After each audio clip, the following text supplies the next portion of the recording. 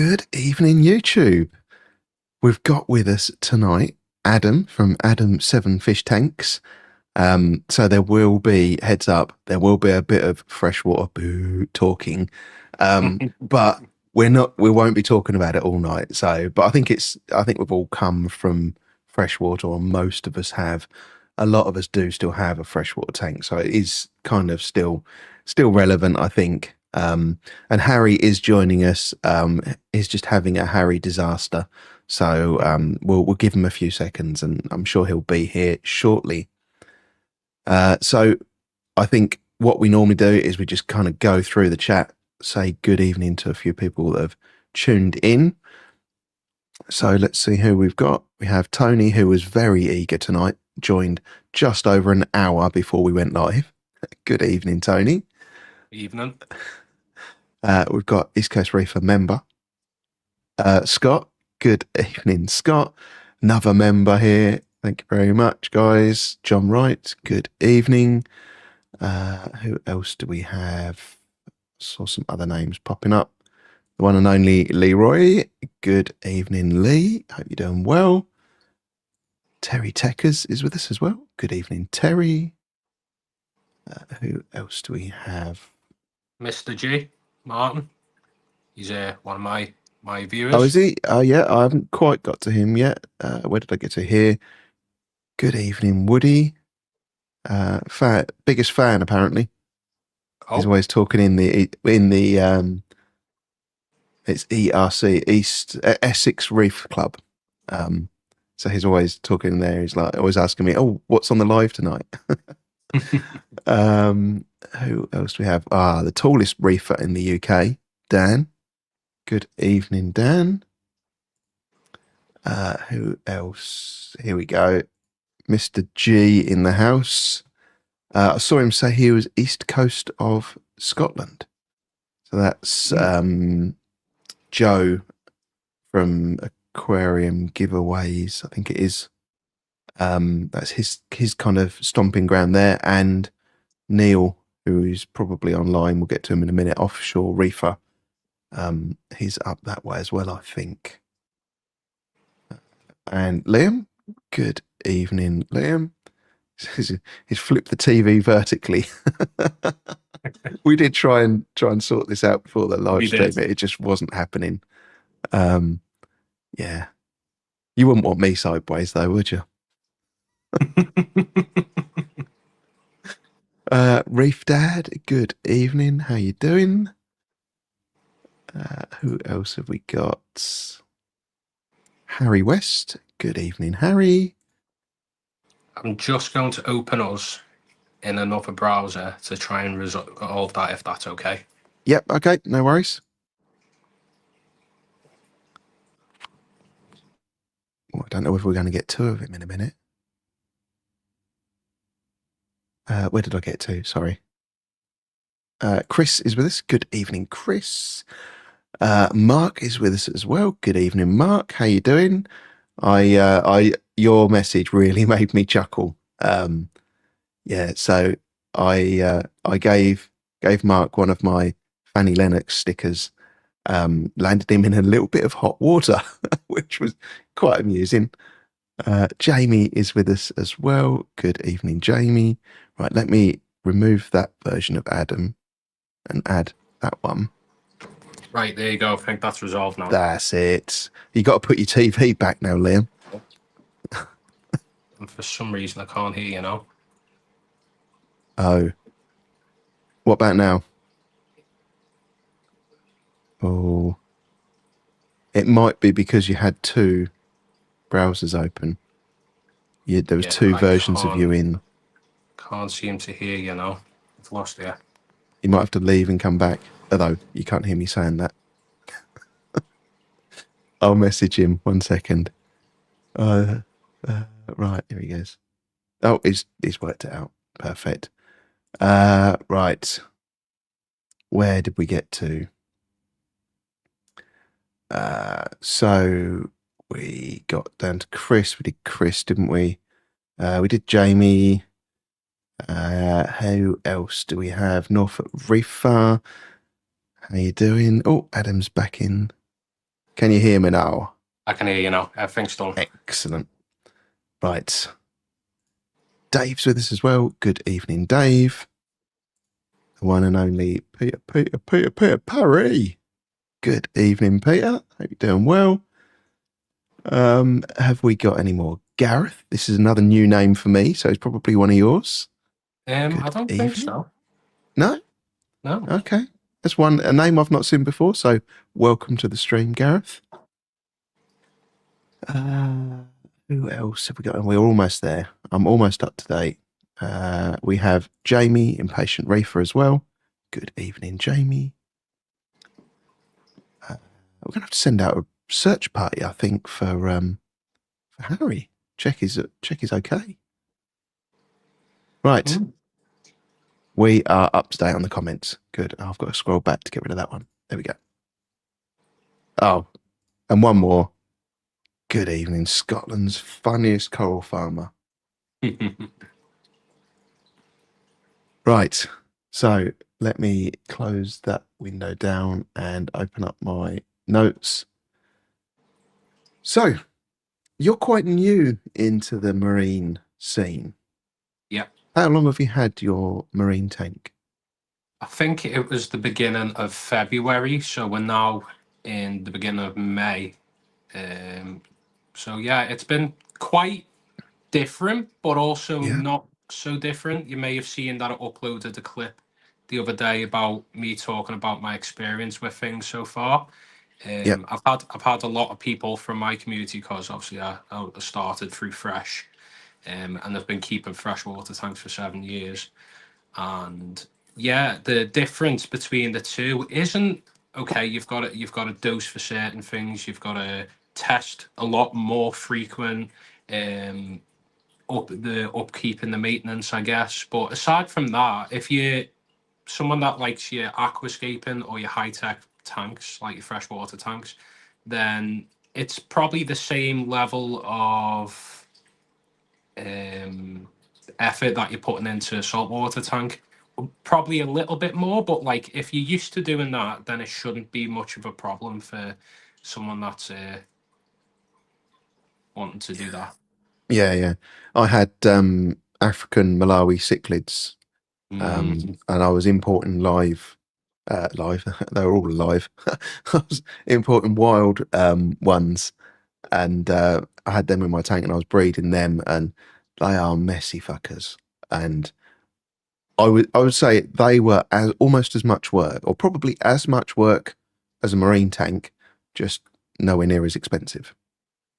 Yeah, they're probably a lot more aggressive than what you'd have in your usual marine tanks. Obviously, I was pre-warned by a lot of my friends that have dipped the toes in the salty side, and they were saying every fish kind of behaves like a cichlid in a way. They all have the pockets of territory. They all have the places where they inhabit, and I've definitely noticed that's where I've noticed the differences is like probably you're not going to get school fish with like you will with freshwater unless you get chromis maybe. I've got 8 fish tanks Norfolk Reefer. I've got 8, although I'm shutting down 2 and rescaping 1, so I'll be down to 6 again. So everyone can start bullying me saying it's false advertisement.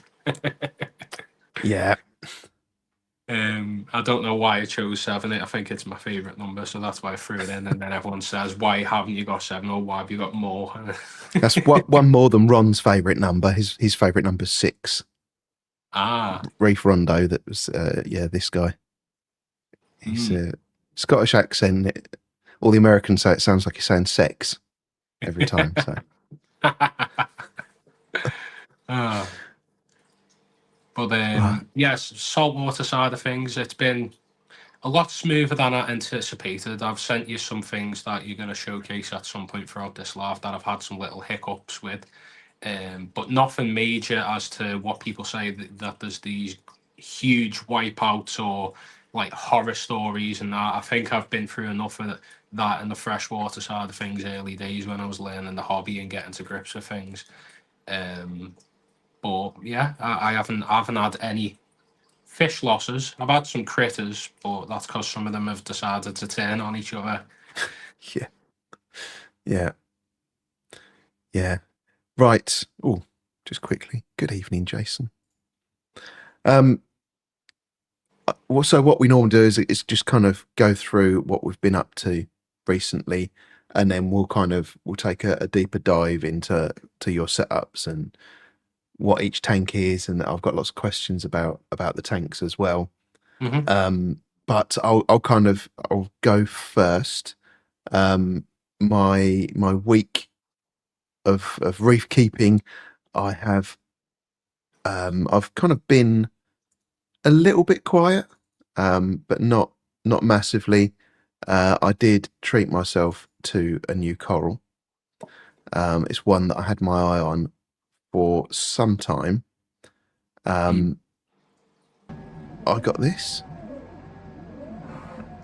which is an amazeballs gonny. Mm. Um, wow, I've wanted one of these for so long. Really struggled to get hold of one. Um, but yeah, finally got one, and some of the other frags that I've got just kind of settling in the front there. Some of those I've actually now stuck to my rock work. Others just having a bit more of a rest and a chill out there before they Yeah. get put in place. Let me remove that one and then add. I also got myself a new fish, which let me add that. There we go. Coral Beauty. Rolling the dice a little bit here because potentially not reef safe. Yeah. But let me just quickly let Harry in. Good evening, Harry. Good How are evening, you? everyone. Very well, thank you. How are you? Oh, can Sorry you I'm just late. can you turn the volume down a little bit? Oh, yes. Yes. No, I no, on will your do that. shirt. Oh, I see. Thank you, Mr. John Wright, for my Yes, fantastic shirt. I promised him and I'd wear thank you, it. John. Yeah, indeed. Cheers. Thank you, John. Uh, oh, wrong one. Hello, how are you doing? No. No, how's it going? Right, where did we get to? We were talking about coral beauties. So add that Ooh. back to the stage. There we go. Yeah, this has been a previously well-behaved coral beauty. It came from pelagic swimmer Rob when he closed his 13-foot tank down, and you can see it's really chunky. So it's been eating pretty well. I do have a suspiciously retracted toadstool at the moment, but I haven't seen it bite it yet. So yeah, but it's been retracted for 2 days. Oh. Ooh. We shall see. Yeah, but nothing else is looks like it's suffering at the moment. And I didn't think out of all of the things in the tank, it would choose to take a chunk out of that. There's lots of much more tasty LPS in the tank. So What about your yeah, I'm not. GSP? Has it touched that? No, not touched the No? GSP at all. Hmm. So yeah, I've bought the amaze balls, stuck some corals in place. I've got a coral beauty now. I have also been squirting that. So I used, thanks to Ron for the tip. He's also now gained another title of the UK's biggest fluencer. He has influenced me to make another purchase. So I bought the Glaco sealant, or the coating, and the ceramic sealant, just to make the magnet slide a bit smoother on the glass when I'm cleaning the glass. Yeah, it seems to be working. It's still a bit juddery. I can't remember what the sound effect Ron made, like dig dig dig dig dig or something. I think he said it did. Yeah, it's still doing that a little bit, but not hugely. So I just every now and then I just give it another coat, hopefully build up that coating, and hopefully that's getting there. What's he mean? Retracted. Num num num num num. He said. Oh. Num num num num num. Okay. That was the sound effect that the glass scraper makes. So have I been up to anything else? Yes. I might be about to make myself unpopular. Ooh. Because Harry's just put loads of things up and I can't find it now. Sorry. I'm still going. I'm trying to find the rest. Right. Okay. I've managed to squeeze it in. I've been having all sorts of problems with my trident, and I know that I was speaking with Dave, and he was having lots of issues with his trident. And then Ron did the service kit, and he started having some issues with his trident. I was starting to get really frustrated with mine. It almost got smashed. I was very frustrated, and I thought, if there is people out there that are also suffering with their trident, there is a new alternative water testing company out there that you can use. So I don't know how much it is at the moment, but if you need some water testing doing, you can get in touch with Rocks Tests, who will be more than happy to test all your water for you. So Excellent. yeah, if you need any contact details, let me know, and I'll tell you where to send the water samples to. Mm. And I think that's it for my week. Harry, what have you been up to? You've been a busy boy. I have been a busy boy. I'm not going to be able to organise all of these. I have been trying to sort out my MFB tank, my small tank to the side of me. That has. Did you just call it an MFB tank? I might have done. That has been sat for about a year, growing. Hang on a minute. We've got to give Adam some context now. Okay. In the Reefy AF Reefing group, an MFB is a mouldy fuck bunker, which is one of those terrible LFSs where all the fish look half dead and it smells of damp, and yeah. So that's his MFB tank. I know a few of them. Yeah, that's just been growing Aptasia and Cyano basically for about a year. So what I'd tell people is that I'm letting it mature anyway. But I have finally got round to somewhat sorting it. I was hoping to actually clean all the sand and get it in before the live. It was never going to happen. Oh no, it's all back. All the pictures and stuff just disappeared. Yeah. But And a side note to this, like 2 minutes before the live stream, Harry's sending me a very panicked sounding voice note, and all I can hear in the background is like a Inkbird or DD temperature warning. Just going beep, beep, beep, beep. I took a bit too much water out and then had to quickly get some more in. It was cold. Yeah, it was a bit of a disaster. But so I've got a video somewhere of it looking pretty much its worst. Which is new tank 1. Can I present it, or have you got to do it? No, I'll have to add it. Here we go. Yeah, so this is where I was at. This is after hang on a minute. Liam, you need to turn your TV again. This is after I got my new clowns. Oh, so it doesn't actually show the tank. It was more just showing the new clowns. But you get the idea of how that tank was looking. Yes. So is that an Aptasia head or is that a torch? Well, at the bottom, that is an anemone with lots of Superman mushrooms. Okay.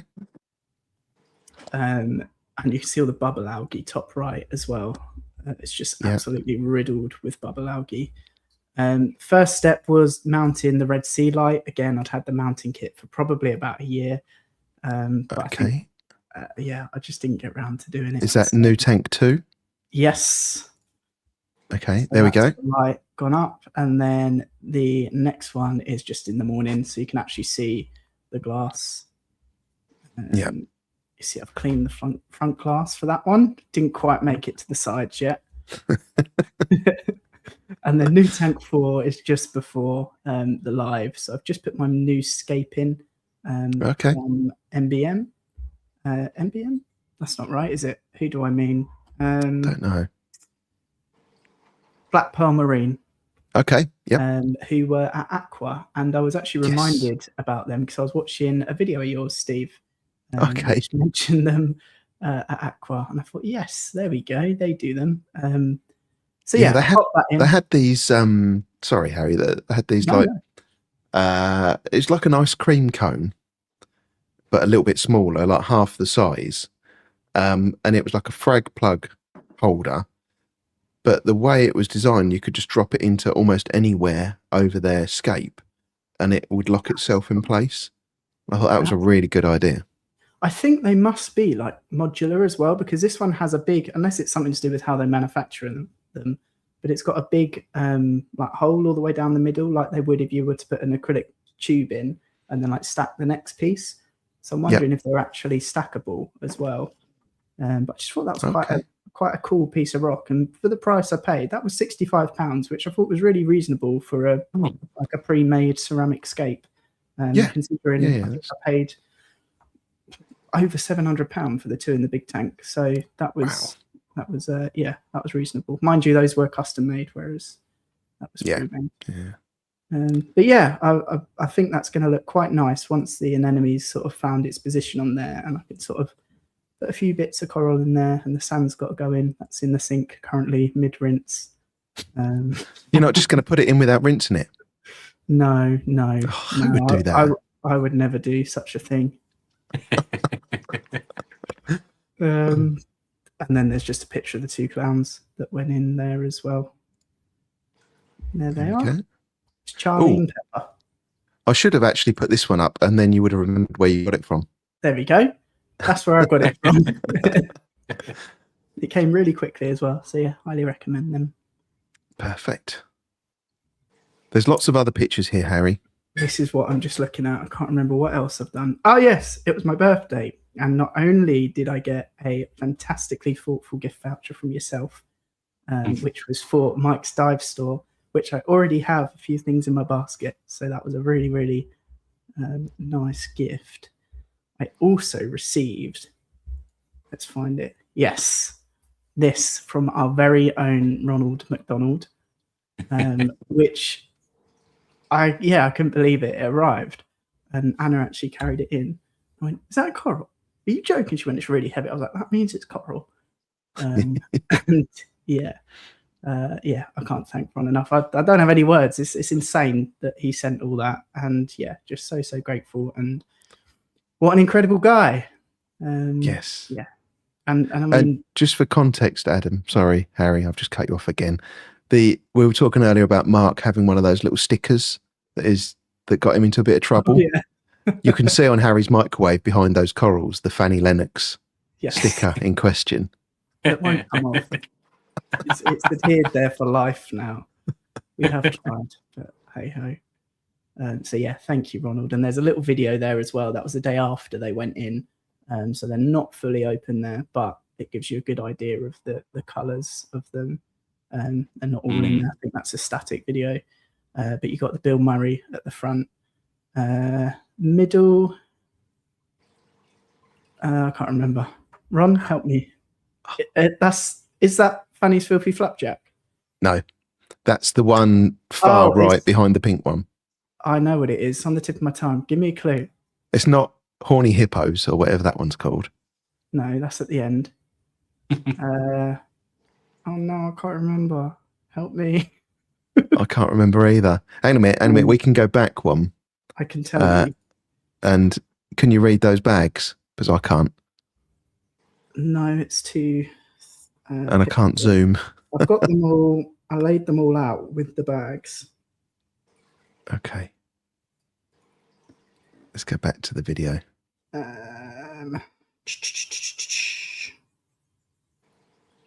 I mean, the colours on his corals are just so beautiful. They're so stunning. Oh, I've just been sent a better picture of your of course. Sorry, go on. Better picture of your MFB tank. Oh, have you? Excellent. Thank you, whoever that was. Let me share that one. That coral in the middle is, of course, sugar tats. Of course it is. There you go. Yeah, excellent. The funny thing is that picture of Harry is the only thing that's real. Yeah, to be fair, it doesn't look too dissimilar. That's just got more rock in it. Other than that, it's pretty spot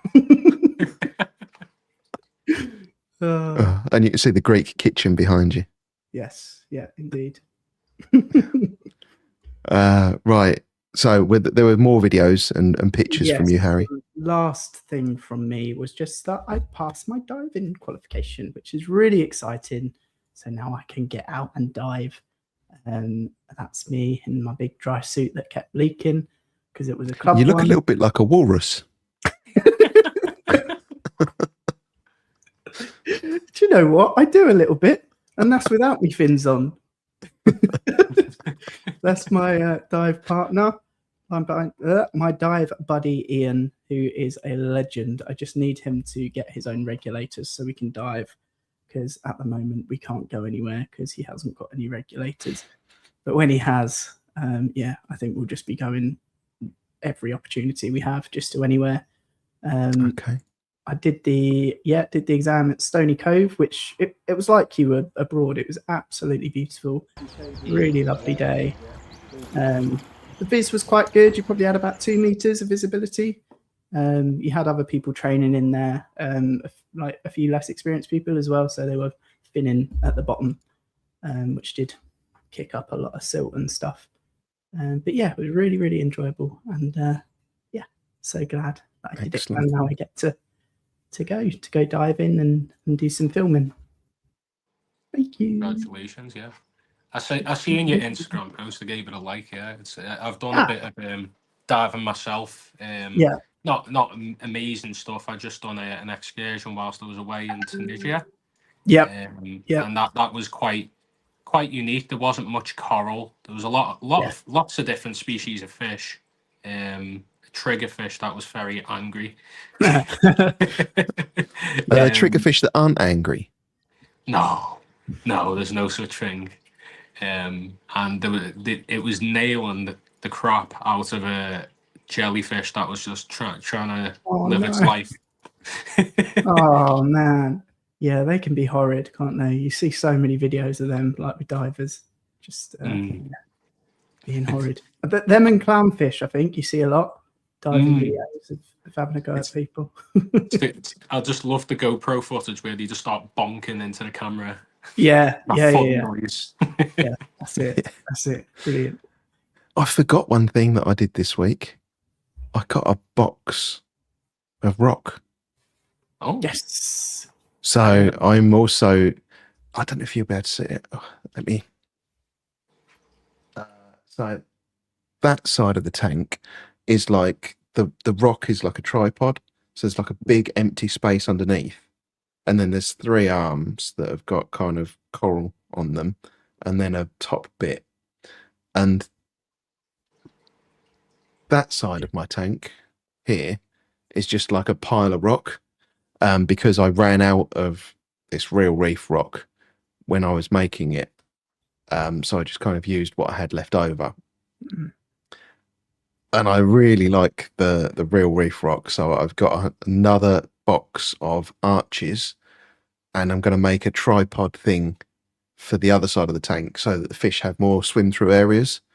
So I'm kind of hoping that I can make something interesting out of all of that. So awesome. That's my last thing that I've been up to. When are you planning to put it all together? I don't know. Maybe this weekend. Depends on what I get up to. Yeah. Cool. And one thing that isn't what I did this week is actually something I should have done last week.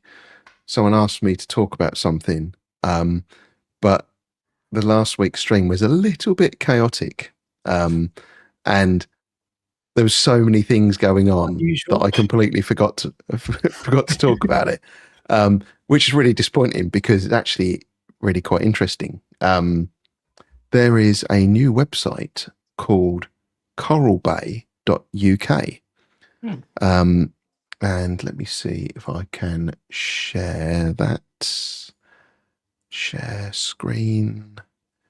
That one. Turn off the audio. Add to stage. There we go. So this is Coral Bay, and there is like a community area where just general keepers, reef keepers, can sell their corals. That's And then they have a kind of shop section where there's some shops, and you can browse the frags that they have. And then there is this reef shops. Ooh, I like that.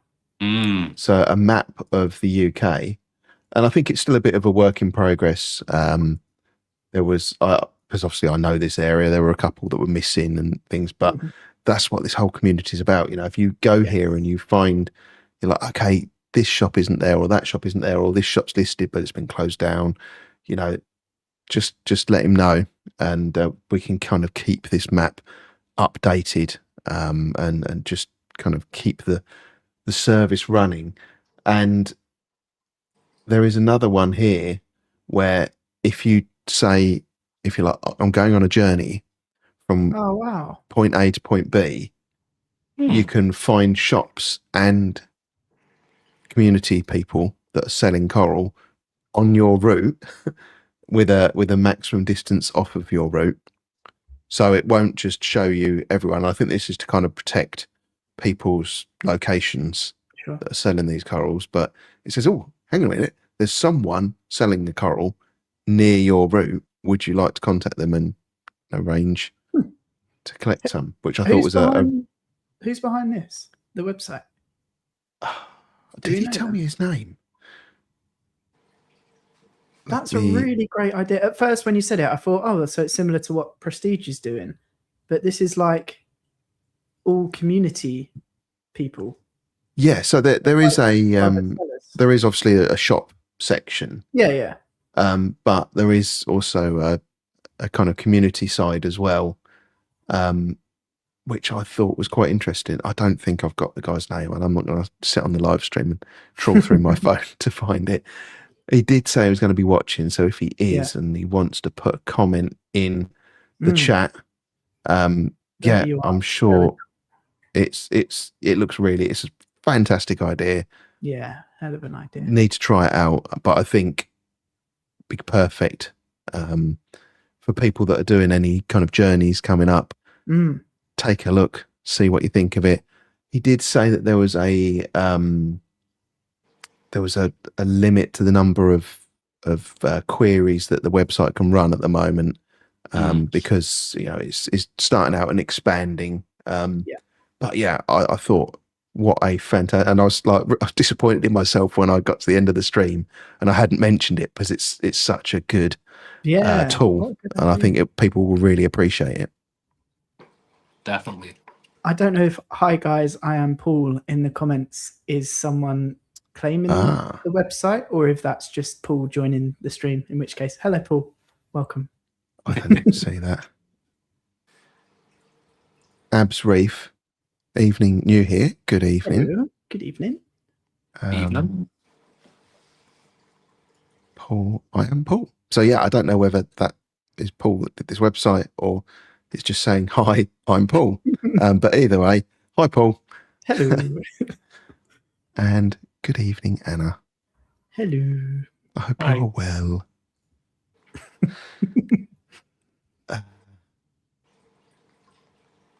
Can I try out the route on the live? Oh, let's pick a postcode. So I'll do. So there is one postcode. Someone give me a postcode.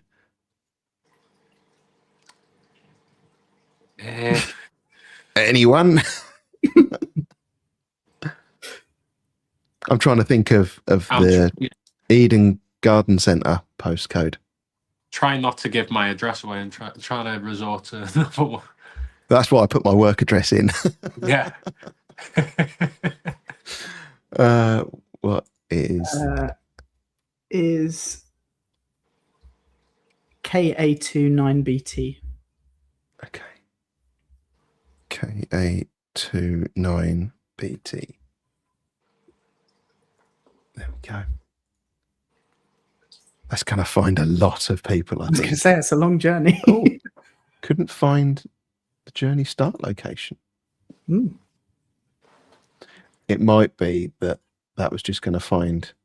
Oh, look, you can put a shop name in and it should find it on the database. Wow. This just gets better.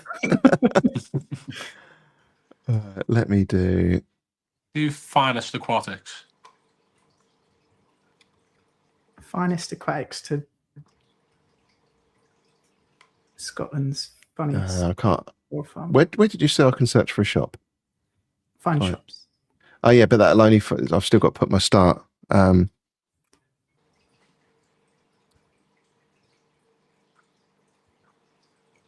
we go. It didn't like my work address. So it's saying on my route, I would have Coral Passion, Reef Exotics, Viking, Ben's, Maidenhead, Umi Corals, and Sea Store Aquatics. That is cool. Well done, like cool. That might be limited to a certain number of results because it's not showing anything up in this top bit. Second half, yeah. But regardless, yeah, what a great tool. Yeah. I'm sure it'll get better with time. Yes. And as more people, like as you say, if you can contact Paul to add entries and stuff. Yeah, what a great idea. Well done, Paul. Yeah. Yes, it was a fantastic. And I looked at it and I was like, yes, Ooh. I know everyone's going to like this. And then I was like kicking myself because I didn't get around to mentioning it. I was like, oh, damn it. So, yes, that's. I think that's all of my nonsense, and I think that's all of your nonsense done now, Harry, isn't it? That is, yes. Harry, could you do me a favour and remove from stage your pictures, please, so I can find them a bit easier? Possibly. I can give it a good go. Do I have to do it one by one? Yeah, I think so. Yeah. So 7 fish tanks. You said you've got 8 at the moment. Yeah, the false advertisement. I did hear What that, have you got in your fish tanks, Adam? Ooh, fish. Fish. And more fish. And plants and corals. Yeah, so I'll talk about what I'm shutting down at the minute. I've got 2 shrimp tanks on the top of my rack over there. The lights are off because I've stopped caring for them at this point. So I'm just going to net them all up and use them as like a bit of a trade.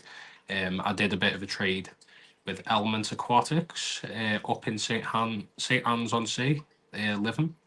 And I got some little bits for the tank I'll speak about later on. That shallow tank has just got cull shrimp in now. It was full of white cloud minnows, but that's going to be rescaped into like a river stream type tank with some gobies.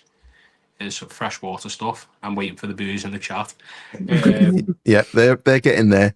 Yeah, I've just set up a black water tank just here, African biotope. So I've got a pair of Nanochromis transvestiitis, lampai killifish, jelly bean tetra, and then some. What was that first one? Nanochromis transvestiitis. Wow. That's quite a name. A hell of a name, isn't it? Yeah. I think you can get a cream for that. There's no way of saying that fish's name shortly. They never gave it a common name. I mean, they have, but like saying that it could be offensive. So it's okay. The shorter term for it is transvestite cichlid. So yeah, and the reason for that is the female is got the brighter colours than the male. It's like flipped gender roles in fish world. Bottom tank, I've got a platinum Dumbo betta fish, Dumbo betta. He's chilling in there. His name's Yuki. And then I've got a Fluval Flex that I've not long set up. I've got Ember Tetra, Pygmy Corridoras, and a German Blue Ram named Gordon Ramsay. Nice. I used to have one of those actually, freshwater. Had Yeah, rummy nose tetras in it. the Rams are known for being super delicate. So far, touch wood, he's been really good. I got him from a breeder who used to run the South Wales auctions, named Lycia, Alternative Acarus. Oh yeah. I think she might be in the chat. Yes. He I might believe so. well be, yeah. Hello. Oh, hello. Good evening. Yeah, she's lurking. There you go. She's just become a part of the Scapegoats. If you don't know who we are, it's a bunch of us who've befriended each other from Aqua, and then we made like a bit of a group chat that ended up being a few lives and some crossover videos. And that Alicia is our latest member. Excellent. I'll leave the saltwater for last. Right behind me is my Fluval Roma, 125 litre. It looks like the sun is beaming out of it because I've just added a new light that I'm still getting used to the light settings. A Fluval Plump Pro 4.0, and it is, yeah, it's powerful. I've never had a light so powerful. And that's the infamous tank with all the stickers. Yes, it is. I might have a couple for you to add on there if you so wish. I need to add some more of it. Funny one. Steve's, but yeah, I've got an East Coast one just there. Yeah, that's not Excellent. good. You want a Fanny Lennox one? Yes, I want one of them. In this tank, I've got 10 platinum rummy nose tetra.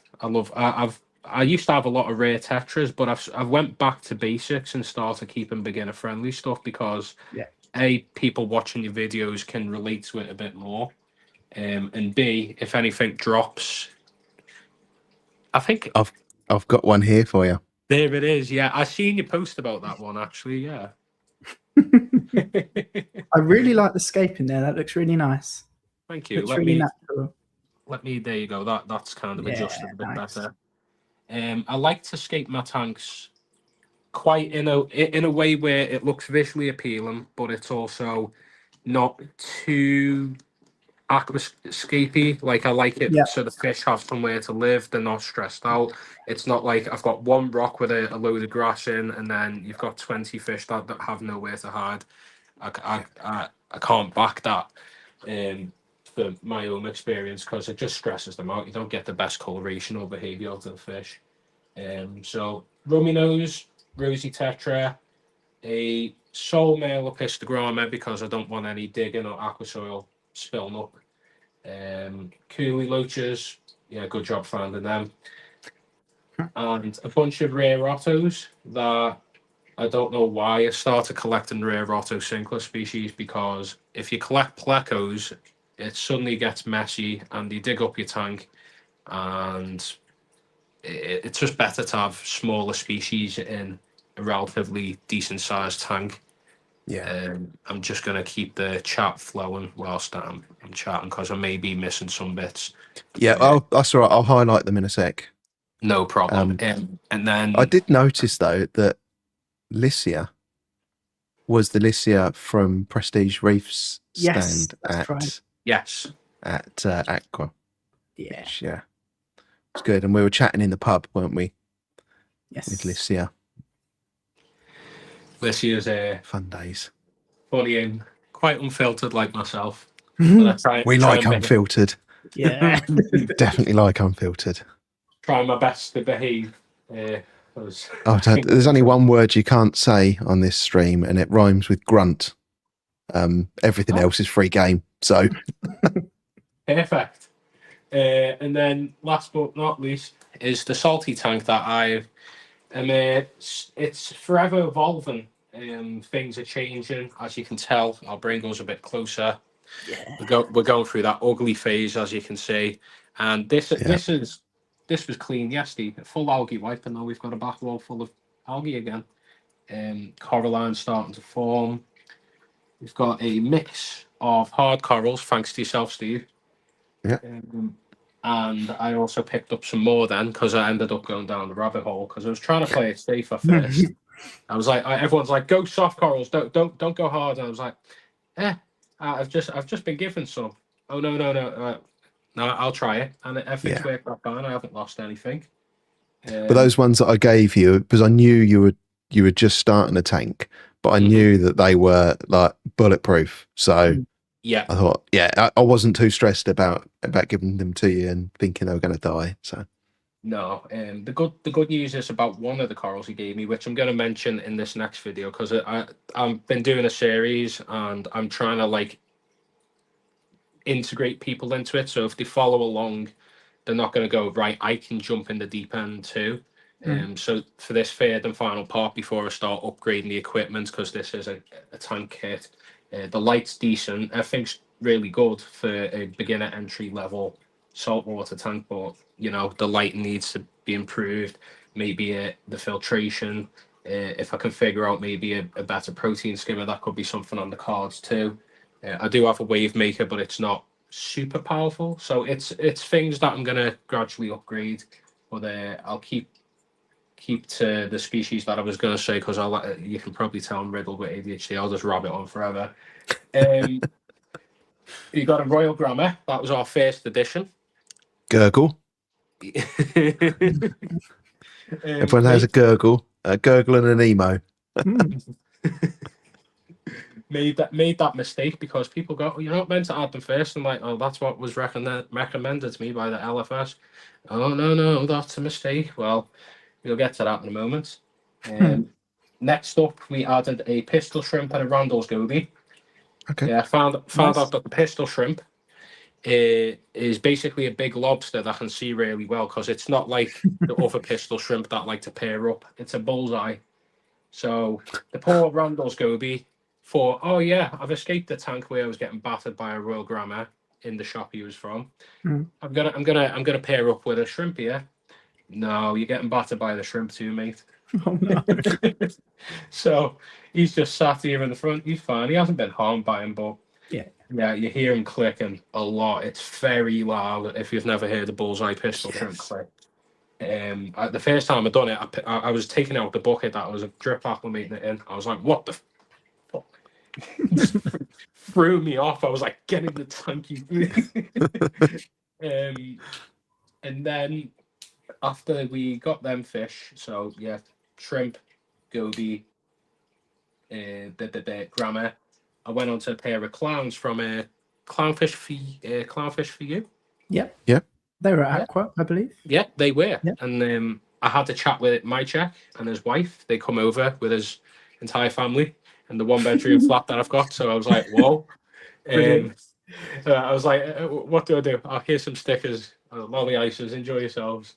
And then they were leading the trail out to the couch because the cat hid under the couch because she's not used to so many people. That'd be me. Minx was very happy that she got lots of treats that day. So I've got myself some storm clowns in the top corner there. Nice. Beautiful. I was trying to do the get them to host something thing last night. Sorry, I've just been distracted by Liam's comment. It's the ominous lighting, isn't it? It's a John Wright shirt, Liam. It's my new pride and joy. Yeah, if you go to any reef meets, Adam, John Wright turns up in like the brightest tropical Hawaiian fish themed shirts ever. With a box of mugs ready to go. Yeah. I'm definitely thinking of going to more events. I think the first one I'm probably going to go to because it's more local to me is the Finest Aquatics one. I think is that in June? I'm not sure. Don't know. There's a meetup going on there with quite a few coral people and all that. I'm not too aware of everyone that's going. So my storm clowns, and then I got a possum wrasse. Oh, nice. And it's funny the dynamic between the Gramma and the wrasse because the possum wrasse is meant to be one of the most shy fish / timid that you put into your tank. And this guy cruises around like he owns the place, both of them. Mm. And the Rastus turns itself sideways, and the Grammar's going with its mouth. And they're Yes, just they do. kind of like fronting off with each other, and it tilts itself sideways. It looks like it's got more eyes, hasn't it, with the little spots? Mm. So it's quite entertaining. But the Grammer, obviously, like I said, I made the mistake of adding it first. It had the clowns pinned in the corner for quite some time, and then Yep. one day, right now, I can see it tucked under. It's made a cave underneath my Zoa garden. Yeah, one day I looked at it and it was hiding under my GSP. I was like, "What's going on?"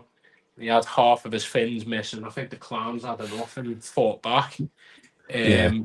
Nothing too bad, but it was like, okay, he's been humbled, because I was trying to catch him out and put him in a breeder box like people recommend you to do, but I would have to rip the tank apart. Yeah. Yeah, So they let's- like sort of, should say they like getting right underneath rocks and in crevices, don't they? So yeah.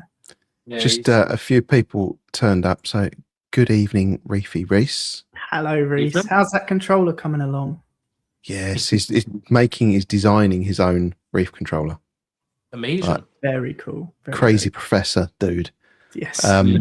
We also have Mrs. Putang Reefs. Hello. Good afternoon. Hope you're doing well. Yes. And we have Gazar. Good Hello, evening, Gazar. Gaza. That's it. As the new additions, I just thought to say hi to them. Amazing. And then in regards to what's left to talk about, did have some snails. You can roll the clip if you like. Yes, let me find which one. Because the snail one. Yeah, okay. Yeah, the snail one. That's Is that a this one. hammer top right? That is so I've got the gold hammer from Steve, Yeah. and then I've Yeah. got a frog spawn, Oh, okay. My and favourite. I happened to snap that off its plug. So it's Okay. been reef puttied to the eco reef rock. Yeah. So here's your video. Yep. So that's me showing all the shells that I provided the hermit crabs in the tank, and as you can see, it decided to have a nice meal, and it did not move in that shell. It just decided, I'm going to evict you from your shell, eat you, and then not move in. Yep. As That's they how do. it goes. Yeah. So that's one of the other critters to tell you about. So we have some snails. Got two hermits. One common. I think it's just common. It's got like kind of green legs. Did Then you how do we accidentally name it? buy the French hermit crabs? Maybe. Where did I buy it from? I bought it. He's online. having fun with you because they like to eat snails. Yeah. So I was like, cogs are turning. Yeah, no, it's just a beige one. And I've got a Halloween hermit that likes to knock everything over constantly. yeah, they can be a bit bullish for sure, but they look really cool. They do. I've added loads of shells in there, but apparently I haven't got the right ones for it to move into, so I need to get some of them, the longer ones. Because I've got some conch shells in there and some little bits. Obviously, the big one, the standard one, the French one, decided to try and move into. And then Have you seen your conches jump? Yeah. I haven't got any conches actually. Oh, okay. I've just got the shells. Yeah, I was gonna get conches, but after seeing what that hermit crab done to the snail, I was like, probably no. I don't want to do that. Expensive meal. Yeah. The latest additions I've added, I got a porcelain crab, Nice. Okay. which is really pretty. It's wedged itself under my toad stool over there. That is absolutely huge, as you can tell. That's a credit to Licia. I need to frog Nice. that Yeah. spoon. It's going big. And a tuxedo urchin. Yes. Okay. So I'm looking forward to making a video on that and doing it Amy and the Wet Pets and putting some hats on it. Yes. Royal Corals, Ryan provided me some hats when he sent some frags over for a video. So I'm gonna play around and probably put something goofy on it. Yeah, excellent. So yeah, I think. Good evening, Somerset Shrimp Shack. Hello. Hey, Ems, you all right?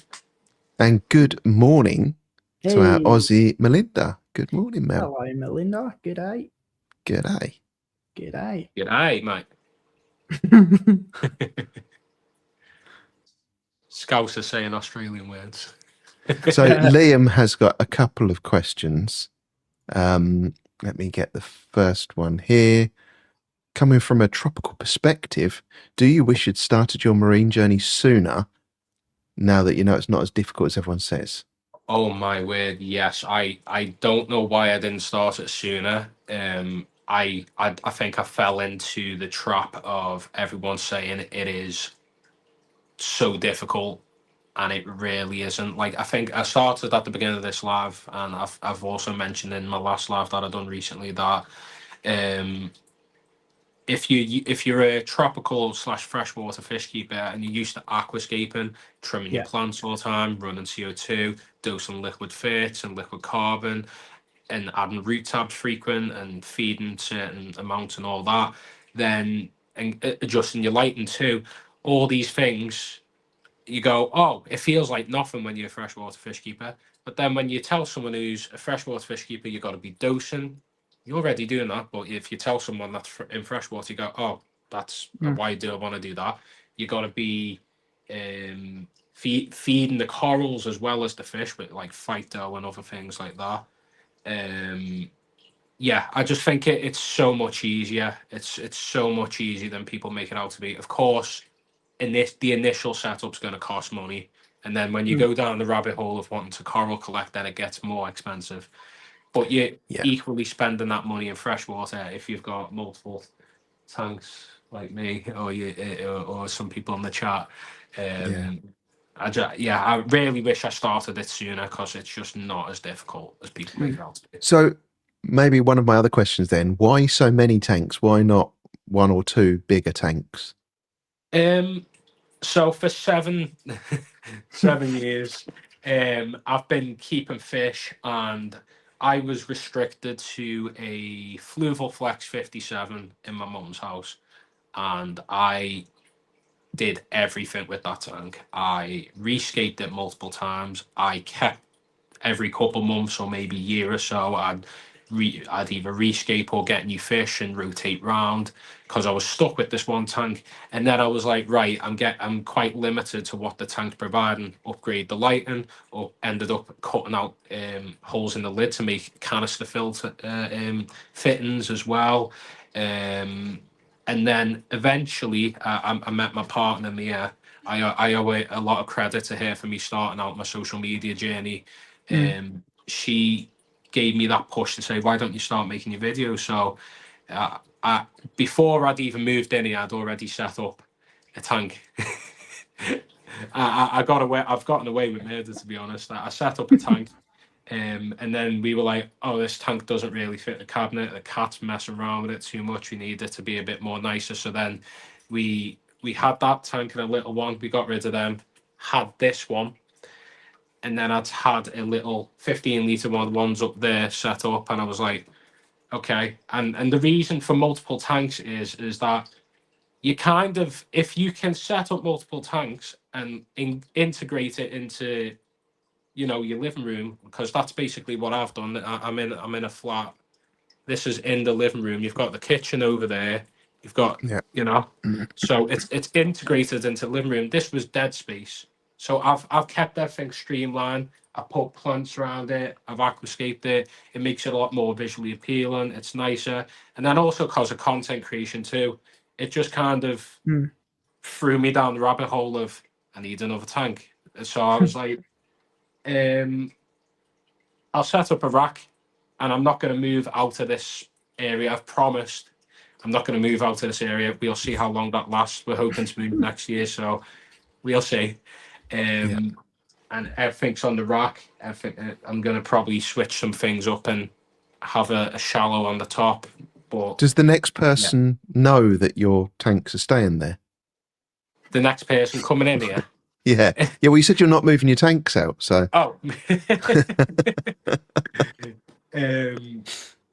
Yeah. No. I think when you've been in the hobby for so long, there's only so much you can do if you've got one tank, and you want to bridge out into doing more niche things. Like I've worked in 2 shops. What floor am I What on? floor are you on? The Living room second. floor. The second. It's concrete reinforced. Don't worry, you're not going to fall through into downstairs. It's concrete reinforced. I double checked before I threw a rack up and started putting tanks all over the place. Hey Adam, nice to see you. Good evening. AH. So yeah, I don't know. It just doesn't do it when you have one. Like I guess if you want it as part of your, I say party living room, but I've got multiple in my living room. I don't know. The answer is content probably, and doing it for so long that I just I want to suppose have each of them multiple has projects. their own little ecosystem as well. They're all slightly different. It's not as if you've repeated the same aquarium 7 times, 8 times, Exactly 6 times. that. Exactly that. It's just keeping a variety of things. I haven't got the same fish in every tank. I've got an African theme tank there. I've got a general community tank. I've got my saltwater tank. Got one better. Like if I just had one tank with one better, I'd be bored. I'd be like, this isn't it. I'd have to move it on or try something different. I think it's mainly down to ADHD, but also, like I said, the other things. Yeah. So, Somerset Shrimp Shack. I'm amazed I keep getting that right. I normally get tongue-tied with ones like that. Yeah. Says, how expensive have you found marine so far compared to tropical? So that's a good question. As you probably know, I was quite fortunate to land a collaboration with TMC through Colette. I spoke to Colette and I met yourself at the facility in Chorleywood. So the initial tank and the kit was provided through TMC. We did a bit of a fundraiser thing too with my audience, where it was like, if I'm gonna do this, I'm going to send everything into it and try my best to get things covered out of my own pocket alongside through if I could get sponsorship, which I did. But even then, outside of that, all of that's gone now. I've run through all that and I'm now in my own pocket fully. And I'm buying things frequent, whether it's coral, getting frags every now and again, or it's buying fish. I think the most humbling experience when I first got into it was when you go to a fish shop and you're like, oh, I want to get like a school of tetra, that's 20 quid for 6. I went in there, the first fish I'm buying is a Royal Grammar and I'm paying 35 quid. And I went, okay. Yes. I went to my partner, oh, this is quite cheap, look at this. And she's like, 35 quid. I went, yeah, that's cheap. Yes. Unfortunately. Yes, I really, really wanted an Achilles tank. And you walk in the shop and they are 500-600 quid. Yeah. I don't want one that much. Yeah, it's very much humbling. Water is money. Like I think a lot of people, freshwater keepers, like, oh, just walk over to the tap, fill a bucket, the chlorinator, jobs are good. And can't do that. You'll have everything go sideways and spikes and all sorts if you do that. So I started with RO, and I paid 60 quid on a load of jugs alone. And then I was mixing for a bit, and then I got tired of that because it's so time consuming. So I switched to pre-mixed salt water, which isn't too bad. It's about 15 to 18 pound a month if I fill 4 25-litre barrels. So that's 100 litres for 15 to 18 pound. And that I made sure that was the same salt, the TMC salt, or the Tropic Marin, sorry. I made sure that was the same. So that's what I've switched to now, and you pay money for that. So a lot of things pay more often for. Yes. Yeah, and there was another question from Liam here. What's the story with the dead fish above your tank? Dead fish? Is that a picture? It's a picture, isn't it? It's a picture, yeah. Okay. It's not taxidermied. Yeah. I think he thought that was like, we had like Pelagic Rob that I got that Coral Beauty from. We were talking about fish and how long they live. And he said, "Oh, I've had one for 15 years, and it's a fish that doesn't normally live 15 years." He said, "I got it with me," and he held it up, and he kept it in his freezer. I don't know why he kept it in his freezer, but he kept it in his freezer. Yeah. So Interesting. Yeah, it's a drawing from Ian Fuller. It's a print, I think, from Ian Fuller. I've got some other ones, just like some nano fish from Moss, UK Moss. okay. And I've got some more ones here that I'm going to be framing, some cool ones. An American gent named Benjamin, Fins of Legend. You may have seen him. Okay. He's got some really Oh cool wow. prints. That's Beautiful cool. artwork. Yeah, that is really nice. He's he hasn't even got a shop yet. He's just doing it for love at the moment. Wow, look at those. Really beautiful artwork. So I'm hoping to fill out that wall, which it's on its way, and then I'll move on to probably round the flat. Good backdrop. Yeah. Excellent. We had a couple more comments. So Jason said that shallow tank will make a great frag tank. Frag tank. Hey, it would, to be fair. It definitely would. Uh-oh. I can see it. Uh-oh. And Gaza is offering easy corals. There you go. Oh. So Thank all you of his so corals much, Gazza. put out. If you reach out to him, I'm not quite sure how you're gonna get him. Is he on Instagram? I don't know if he's on at all? Instagram or not.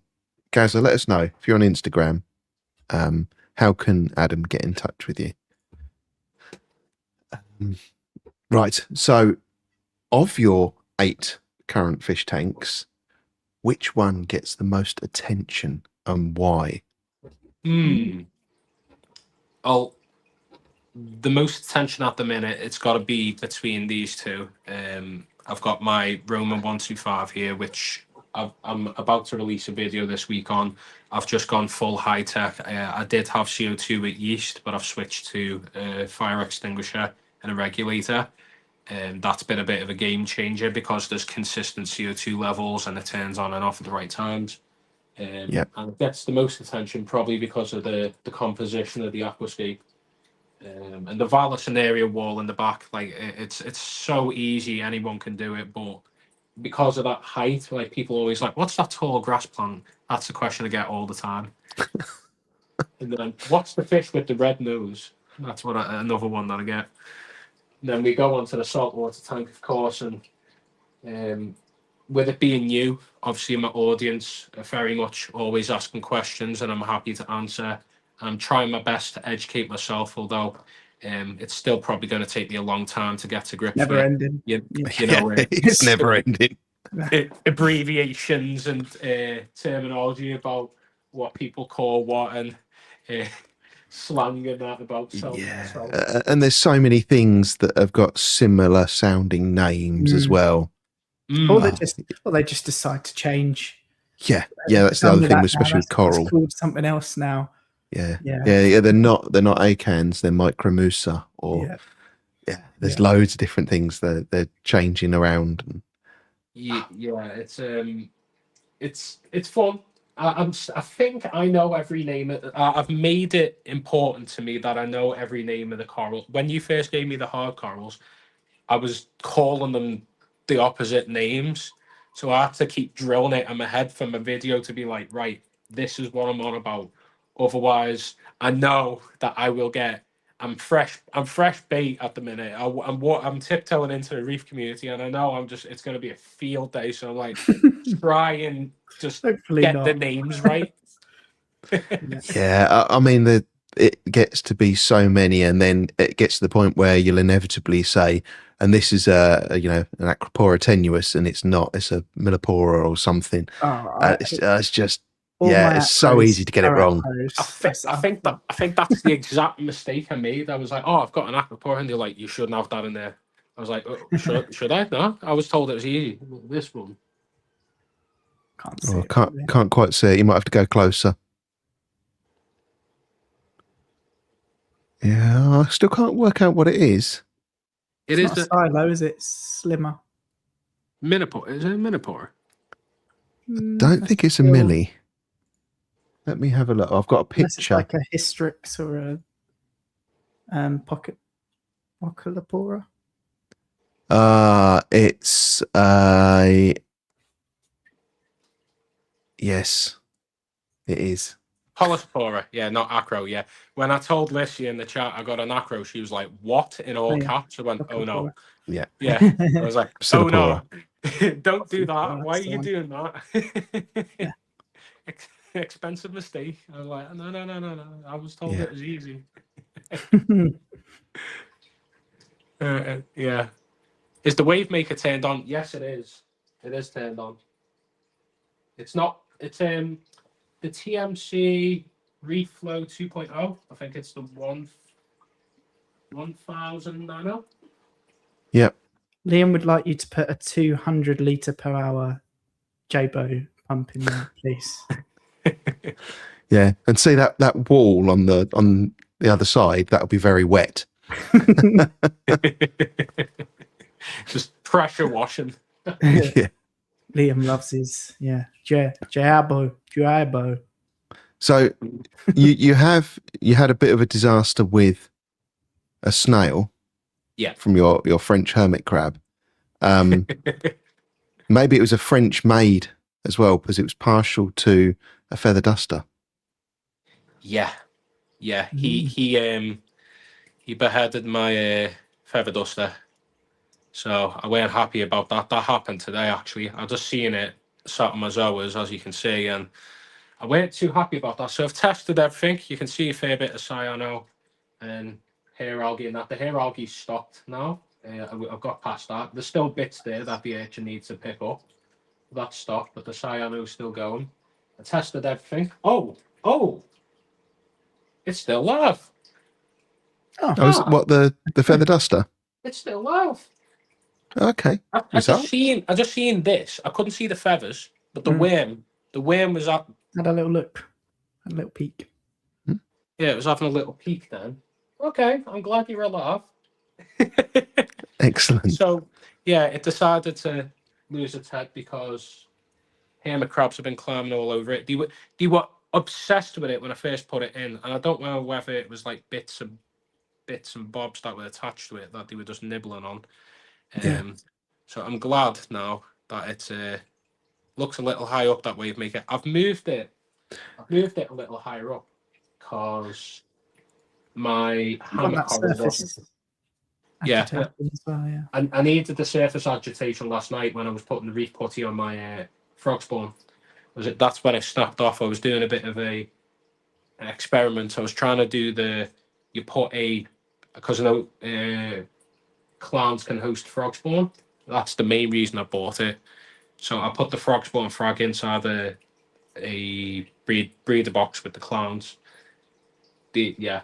So then I started showing them videos, and it's like, show my clownfish a YouTube tutorial on how to host a Nemo coral. I still find that funny that people do that, but it actually apparently works. Yeah. So I would say, I reckon 2 years ago I made a video. I think I called it "Foolproof Way to Get Your Clown in an Anemone," and it every week without fail, it's in the top 3 most viewed videos that I've made. But basically, what I did with mine is I put the anemone and the clowns in a fish trap, so they had very limited choice, and within 2 hours they were in the anemone. So give them limited space around it and they'll probably go and hide in it. But fair warning to you, as soon as they start kind of living in that coral, they will they bite it. They will bite the coral, and your frog spawn might not like it. Okay, fair enough. The other thing people do is use a big acrylic tube. Yes. I've watched that, yeah. I just seen like a full funnel going into a tank with a bit of styrofoam at the top, and the clown's just like, it's just not knowing where to go. And then he's like, yeah, I'll go here now. And that's it. For some reason, they're hosting the outlet of my pump. And that's because the normal tank behavior. they don't know what corals are. They've lived Yeah. in a glass box the whole life with nothing else, I assume. So Yeah. when they first went in, they started biting my hammer coral. But it's fine now, and it is growing actually. Like I was saying to you, it's branched into two. Very nice. Yeah. Yeah. And that kind of nibbling at the coral is like the starts of that kind of hosting behavior. They will kind of getting acclimated to the sting from it, and yeah, so that's like I say, they will bite the coral, and the corals don't necessarily like it. So No. see you later, Somerset Shrimp Shack. Oh, Sure, sure, three sure. times without getting it wrong. Yes. See you later. See you later. Honest, Take care. honest, the biggest tongue twister name in the shrimp community. I bought a sand sifting star, and funnily enough, since I came back from the reef meet we're at, I've been able to say it perfectly. But every time I talked about it in that shop, I couldn't say it. I just kept on getting it wrong. It sounded like Sean Connery.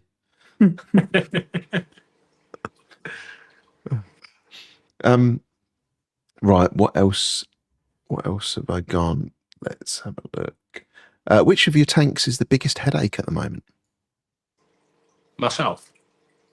Which of the tanks is the biggest headache? For me, at the minute, probably the shrimp tanks. That's why they're going. Them and the shallow, they just look ugly. So I just ignore them and try not to show them to the camera too much. Yeah, dear. I've never had a tank like that. You've what, Harry? I said I've never had a tank like that. What, one that you wouldn't show to the camera? Yeah. So if you had to make a choice tomorrow and shut down all of the tanks up from one, what one would you keep?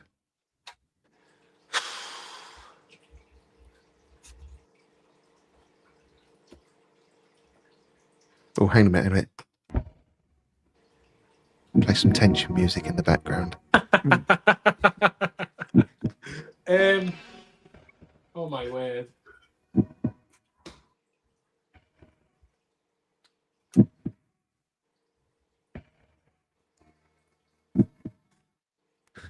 By the way, it is completely fine to say something other than the saltwater tank. I no, I'll be honest. I genuinely think I'd keep the saltwater tank. Okay. The convert. Excellent. One of us. We'll have you on again. I thought you would say the one over your other shoulder, to be honest. I was expecting that. If it weren't that, it's this. This is my longest running tank. Yeah. But I've invested far too much into this now, and I really want to see the corals grow, and I really like the fish, and I also want to add more critters. Do you notice? Sorry, go on. When I haven't finished the project, I hyper focus on a tank. And I'm like, I need to add little bits more here and there to refine it, and then that becomes my favorite because that's what my attention's drawn to. Yeah. Do you notice a difference in personality? Someone that keeps a wide variety of freshwater fish, because something I will often say to someone that might come around and see the tank and they've sort of never really seen a saltwater tank, they don't really even know what a coral is or anything like that. I quite often will say, I find that the saltwater fish have a little bit more of a personality, but I don't know if that's just my sort of biased opinion of keeping saltwater fish, or if there is any sort of truth to that. So as someone, as I say, that keeps such a wide variety of fish and inverts, do you think there's any truth to that? Or do you think that's just my sort of what I've seen? So I think there's a bit of truth. I think what you'll find with saltwater from having both side by side is there is individual personalities with saltwater. And you do get that with some freshwater fish, maybe the bigger ones like your dwarf cichlids or your bottom dwellers like your catfish or gobies. Even then, that some of the catfish are just on autopilot. So like you were saying, school and fish, it's like rummy nose. They're really easy, beginner friendly, but they're going to be Mhm. going side to side, and that's all you know. Yeah, you have your rosy tetra in there, and they're just hovering, and they're just sat there. And occasionally they'll do a bit of a dance with each other, and it's when breeding kicks Yeah, off with freshwater. yeah. That's when it gets interesting. If there's no breeding or anything like that, the fish kind of on autopilot. But I really love dwarf cichlids. Like that's one of my favorite like fish. Dwarf cichlids and catfish probably Yeah. inside the freshwater things because you find a bit more personality with them, like dwarf cichlids, because you get that personality of what you were saying, Steve. That you used to keep your Malawis. They all had that kind of personality where one was the boss or one there was a bit of a hierarchy thing going on. And you get that with a dwarf cichlid because that's your centerpiece fish, like a muscape here, and he'll come over and he'll dance around in the corner and beg for food. That's his way of getting my attention. Whereas with saltwater, they all have their own thing. You've got the grandma who cruises around in between the rocks. You've got the clowns who are being idiots and don't know how to host a coral, so they're sat hosting an outlet. You've got the possum rust that's cruising around looking for little copepods and things to eat. Yeah. And then you got your goby that thinks you can be best mates with a pistol shrimp that doesn't want to be friends with anyone. Yes. Yeah, pistol shrimps are dicks. I had one Mm. Yeah. for a while and it murdered more than anything else in my tank. It killed blennies, gobies, snails, crabs, everything. What type did you have? I can't remember. It was stripy. I can't remember the name of it now. Was it a tiger or peppermint? Tiger, I think. Tiger, I think. Yeah. Yeah, the tiger ones. I see them for sale quite often, so that might explain. I mean, why it paired up with the goby that I put in straight away because I bought them. I didn't buy them as a pair.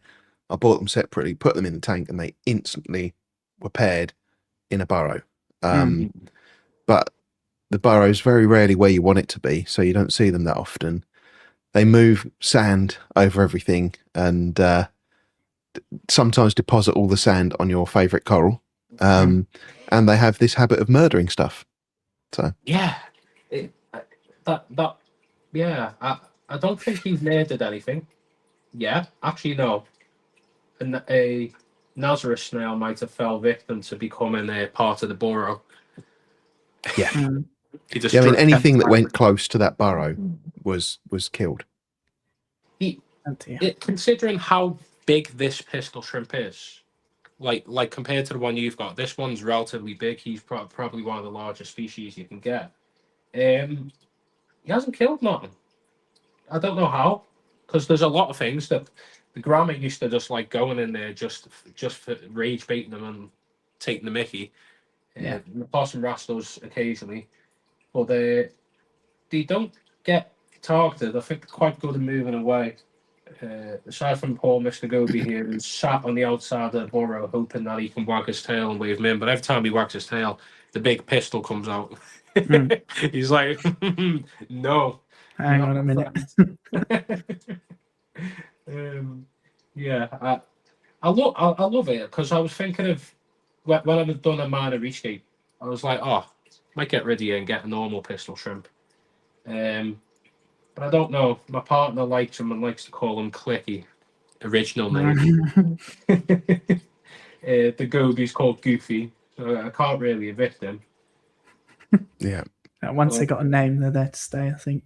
Yeah, this is her favorite tank by far. She's sat. I'm trying to watch the tank at night when the blue light comes on because that's kind of what the light settings are with the preset on these first wave tanks.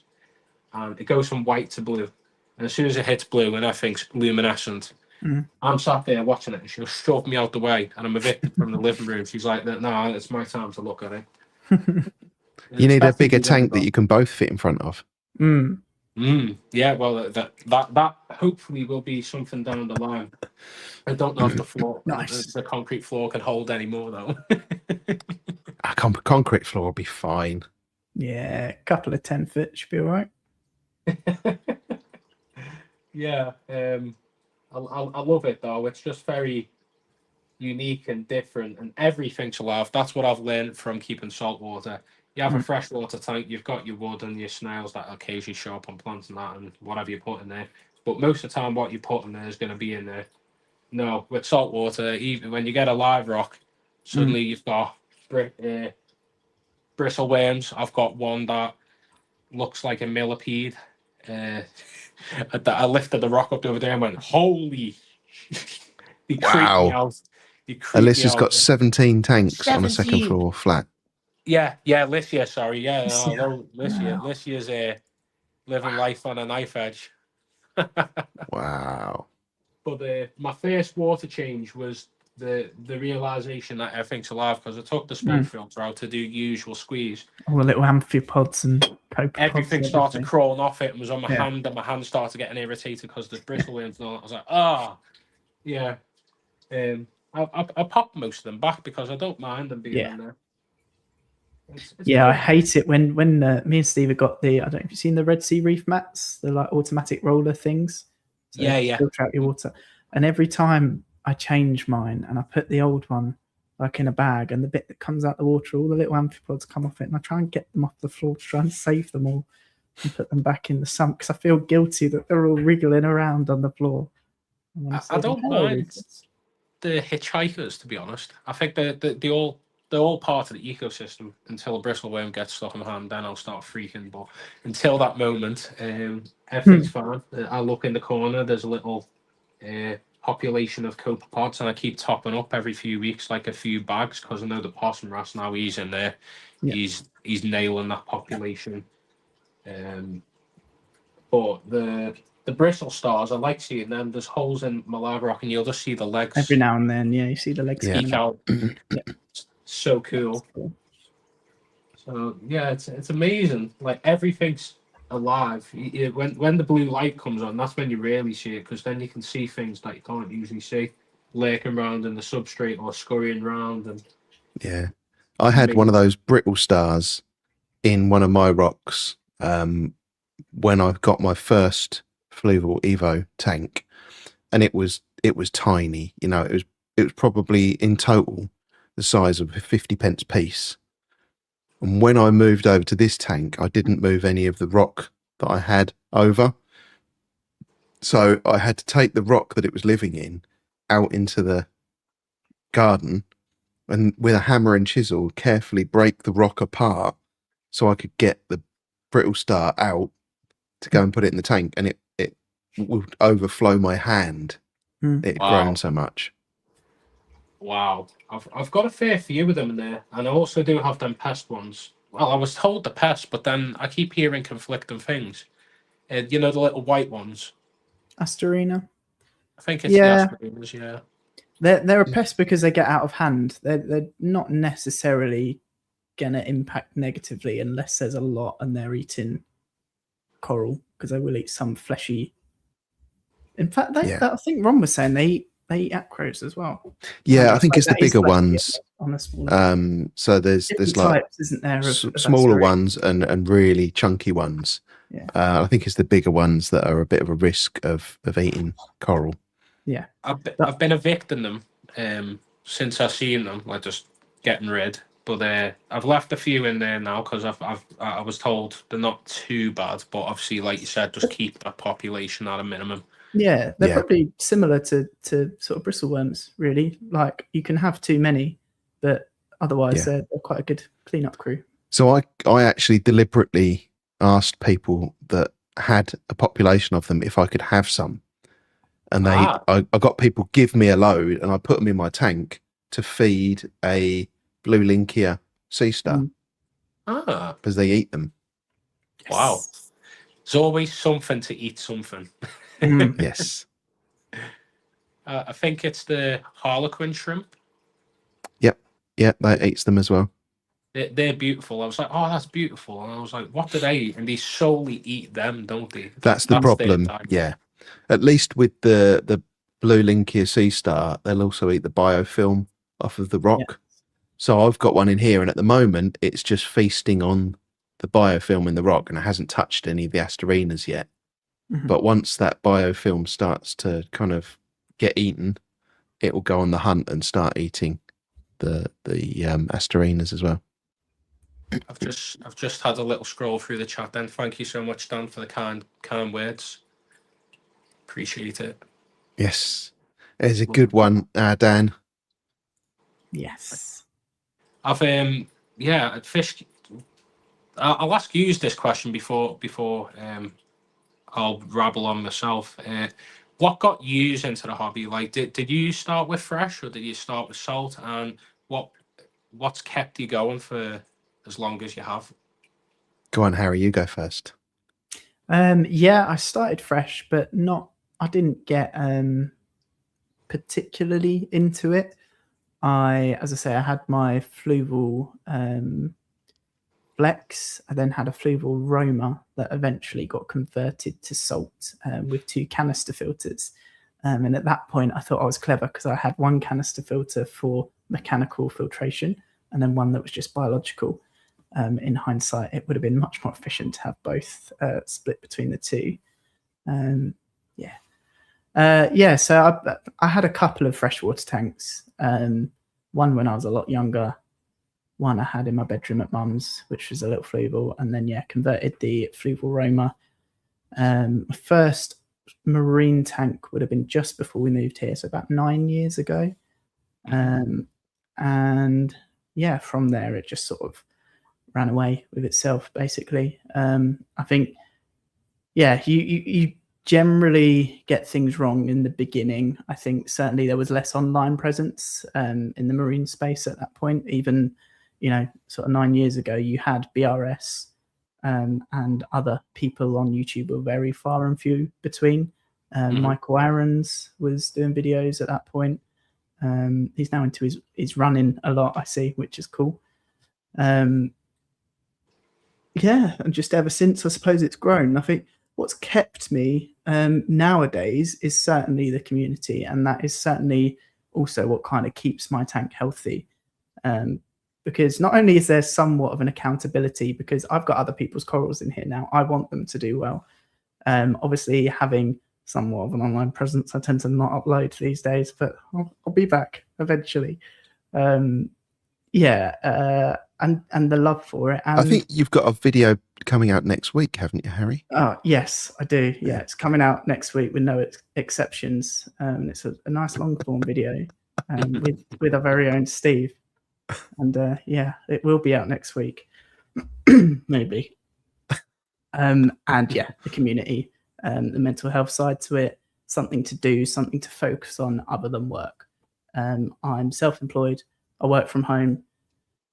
It's a little bit non-stop at times, and it can be a lot, wearing so many hats and being customer service, being, all these different things with the different bits I do, to have that little escape and something that needs me, if you like, that isn't work, is quite special to me. I think it's quite important in terms of my mental health and sort of keeping me going and having something to focus on is really nice. What I've found through it and what was so unexpected is the community. The in-person meets are some of the most socializing I'm doing outside of work. Like, I speak to Steve most days. I speak to so many people often, all of which I found from keeping a saltwater tank. And as I say, that was so unexpected and such a wonderful thing to have happened as a byproduct of keeping a saltwater tank. I can definitely agree with you there on the mental health side of things. I think a lot of people got into fish tanks probably in around the lockdown period. I got in just before, and that's when it started to boom. Obviously, the social media side of things started to pick up even more from there. But just coming home from work, or your day to day, or maybe you're off work or whatever, and we're chronically online. I know it's part of what we're doing even right now. Yeah. But sometimes just sitting there, staring into your fish tanks and looking at the different things, and whether it's the fresh water for myself or it's the salt water for you guys, and like myself just recently seeing all the little things going on. It's all its own little micro world, and Yeah. it's your responsibility, like you said, to keep that thing in check. Yeah. What about you, Steve? I started off with terrapins back in the 90s. I know I don't look like I'm old enough to have been alive in the 90s, but I was. And yeah, it was probably the very early 90s as well. I had some terrapins, and then they really fucking stink. So they disappeared, and I went to tropical community.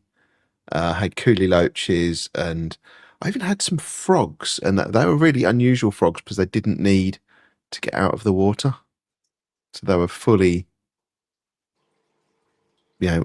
water breathing frogs, but they were also suicidal, and the condensation barrier above the tank, they used to hop out and end up on that bit, cook themselves. So yeah, I had those. Then what happened? Then I've got busy with school and girls, and then motorbikes and cars and life, working, and all the fish tanks didn't appear again until I was married, really, and in my second home. And I then thought, oh, you know what, I'd really love to get into fish tanks again. Had another tropical community tank, little 2 foot, I think it was a fluval bow front type tank. And then some shrimp tanks. And then that then upgraded to a 4 foot tank, which was going to be community, but ended up then being African Malawi cichlids. I had them for a few years. Then work got very, very busy, and I was traveling a lot. And all I ended up doing was working, and then I'd come home and I'd spend all weekend doing tank maintenance, and then I'd go away with work all week again. And it just got too much, so I shut that tank down. And then probably 3, maybe even 4 years ago now, I thought, you know what, I want to do it again, but I've always wanted to do marine. This time I'm going to do it. And yeah, I had a Fluval Evo first, 52 litre, then a Aqua One Mini 120, which only has one drain into the sump. And that flooded my office three times. And the last time it did it was on a bank holiday weekend. And I then went to, I was like, you know what, I'm done with this. I want one with a dual drain. And I found a Red Sea Reefer 250 Gem 1 for sale in Southend? No, Basildon. And I drove there and collected that with a friend. He drove there as well because we needed to put the sump in his car, and everything else went in mine. And when I went to collect it, it was on the 5th floor flat and there was no lift. That was hard work. And then probably coming up on a year ago, I upgraded my Red Sea 250 for a Red Sea 850. So yeah, more than double. Obviously 250 litres to 850 litres. Big difference, but I love it. It's a bit expensive to heat, but really do love it. Amazing. It's really interesting because like hearing how a lot of people for you, like you started fresh, but then like it didn't really do it for you. Like obviously you've explored a fair bit, and then you've moved into marine, and then that's kind of consumed like your fish keeping side of things. Like for me, I'm liking the balance of having a bit of both worlds. And I think someone in the chat was saying there about how's the freshwater community. I think was it John, right? If you have a little check up. Let's have a look. Yeah, you were saying is the freshwater community good? So it's quite funny actually. I was warned a lot about the reef community I hear before this a getting lot. into it. Yeah. I was warned massively, in fact, and from what I'd experienced on the outside, it was like, oh, this is a bit strange because you know you have someone follow you and you see the bio and it's every bit of equipment they own in the bio and what coral or what fish, and you're like, it's like reading a Pokemon card. You're seeing the stats, but getting into the saltwater community like I have done in the past few months and slowly integrate myself bit by bit. Obviously, I've only got a teeny little tanker. I'm very much new, but everyone's been so lovely. Everyone's been so nice. Like yourself, Steve. You didn't even meet me. Like, here's some corals. I'm like, oh, thank you. And I go to a shop that I've been going to for a while, but I've never got marine off them. They're like, oh, you do marine now? Here's this, or here's something that can help you out. Or, and people have just been really kind, really nice. There's definitely some egos. Oh yes. 100% there's some egos. I bumped into one very early on that I'm not gonna say because I'd rather not get myself down a rabbit hole. We'll But refer to them as Kanye West. the Kanye West, the fish keeping, said hello, and I was like, "Damn, okay." He was nice to me, but it was like, "Whoa, this is a lot. Like, is this what the saltwater community is like? Is this what reef marine side is?" No. Everyone's been so nice, kind, really. I think if there's anything we can learn from life and people, it's that there's always going to be in any group of people a minority and a select couple of people that might say or do something and therefore give perception to others in their group that everyone may be a certain way. But in reality, in any group of people, there are a few bad eggs that should not be referenced to give a depiction of that entire group of people. That was a very convoluted description. Yes. I think what Harry was trying to say was anywhere you go, there are dickheads. And can I just say I've just got a message from Anna come up on my screen that says, "Who's Kanye West?" we keep that. Yes. That person was really nice to me. They were nice to me one-on-one, but I didn't know who they were. And then when I mentioned them to a few people, they went, "Whoa, you need to." I was like, okay. I was like, but I don't know because I was very new. I didn't know who's good, who's bad. I've been in fresh water for the 7 years that I've been fish keeping, and I only started to actually with general fish keeping as a whole. I only started to meet people when I started making content. I was very much like most people intimidated.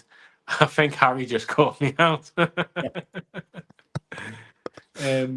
I was very much isolated. I didn't go to any auctions. I didn't go to any fish clubs.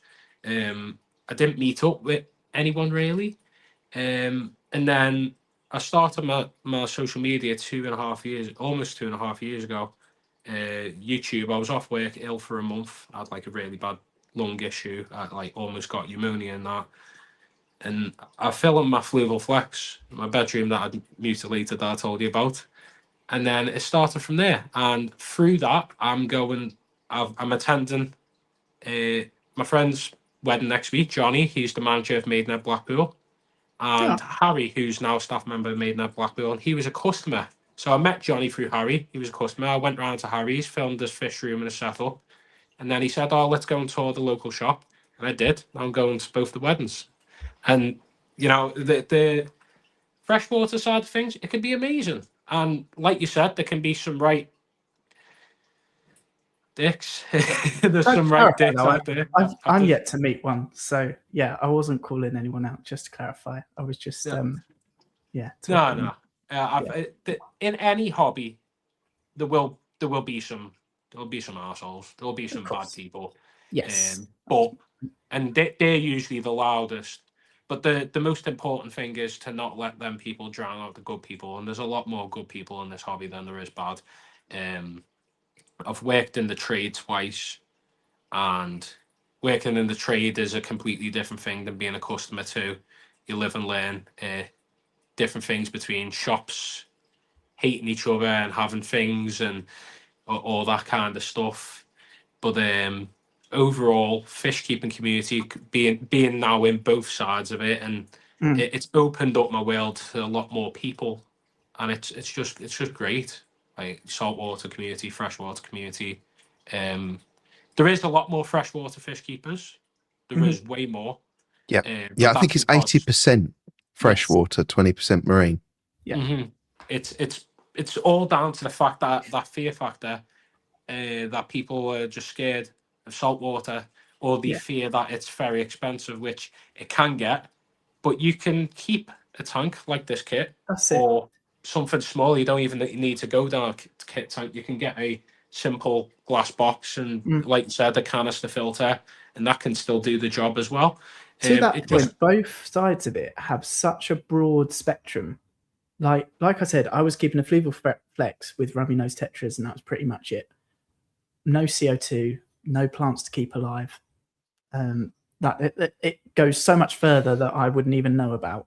And the same goes for the reef hobby. Like you can take it to such an extreme and have a spaceship in your living room, or as you say, literally a glass box, no skimmer, a heater, some water, some live rock. Yeah. And I think in the reefing hobby, there are quite a few people that will just give you coral. Yes. They'll just say, because it grows, and there are some people that can take it to their local fish shop and swap it for store credit and stuff. But I put a lot of, so if I do sell coral, I don't list it online for free, because then you just get a load of people waste your time. So if I'm putting it on like Band or something, I'll always put money to it so that people don't waste my time. But if there's someone, so Scott, who was in the chat at the beginning, I don't know if he's still here, he just started up a tank, and his work takes him around a lot. And I said to him, if you're in my neck of the woods at any point, let me know. I've got a load of coral, you can have a load. And he said, I'm in your neck of the woods next week. I'd love to call in. So he called in. I just gave him like 5 or 6 different corals, and off he went again. And there is a lot of that goes on in the hobby. Yeah. I've been watching Telly Graham quite a lot as well on Friday nights, who's of course a freshwater content creator, and I'm really enjoying this little crossover that I feel is. Isn't Telly Graham the American? No, reef I don't keeper? mean Telly Graham. I mean Graham. I mean yes. I mean aquatic adventures, aquarium adventures. Yes, Graham. yes, Graham. Yes, Graham's sorry, my lovely. apologies. Graham is an Graham's absolute legend. We spent so some time kind. with him at Aqua, didn't we? Yes. Yeah. I met him at Aqua. He's quite a shy guy, but he's one of the loveliest people you'll meet. Graham Like, he's Adventures. very, Yeah, I love the bloke, and he plays this game called Answer Smash. If you don't know, get to know. Have a look at his live stream on Friday nights. I can't get enough of Answer Smash. What we need to do, Harry, is we need to do our own version. We need to do a marine version of We'll get him on. It's not called Answer Smash, though, is it? It's called Word Smash. Word Smash. Okay. I think. Maybe. Yeah, I like that. I think we should do that. Let's get him on, and we'll do a salty one. Yes. Yeah. Be good. Excellent. I'll pop him a message. I'm now at the point with my tank that I'm complete. I've been doing a series, haven't I? Where it's been part 1, part 2, and I've got part 3, and part 3's rounding it off where I'm going to leave people with. That's where I'm at now. People can follow along and start that beginner process if they want from watching that. But then I'm finishing this episode with talking about dosing, which is something that I've started doing. And I'm the one after that isn't going to be a part of the series. It's because everything from this series will be a 3-part thing, and then it'll move on to upgrading the tank kit. So I'm going to be getting an auto doser soon. I'm collaborating with Ocean Genesis. They were at Aqua. They've got an online software where you can input your test results weekly for your KH, your calcium, and your magnesium. And it's been really helpful and handy. And seeing how the levels fluctuate each week when you're doing these tests, and you're seeing how it's changing and how much your corals are consuming one week compared to another. It's been a learning curve and an experience for sure. I think I started off probably dosing a bit too much because there was a lot already in my water.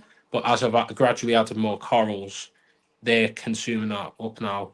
So for this week, I'm probably only going to dose a tiny bit of calcium, a tiny bit, like 1.2 milliliter, and then nothing else because the levels were getting dosed a bit higher last week, so now it's dropped again. But it's just finding that balance of what I'm going to be doing consistently. Still figuring it all out. Like I'd never actually tested or used a magnesium test kit or a KH or a calcium one, and you're doing the little swishy way. I use the NT Labs test kit, so it's not there swishing around. And then I'm like looking like, is that yellow? I can't tell if it's yellow.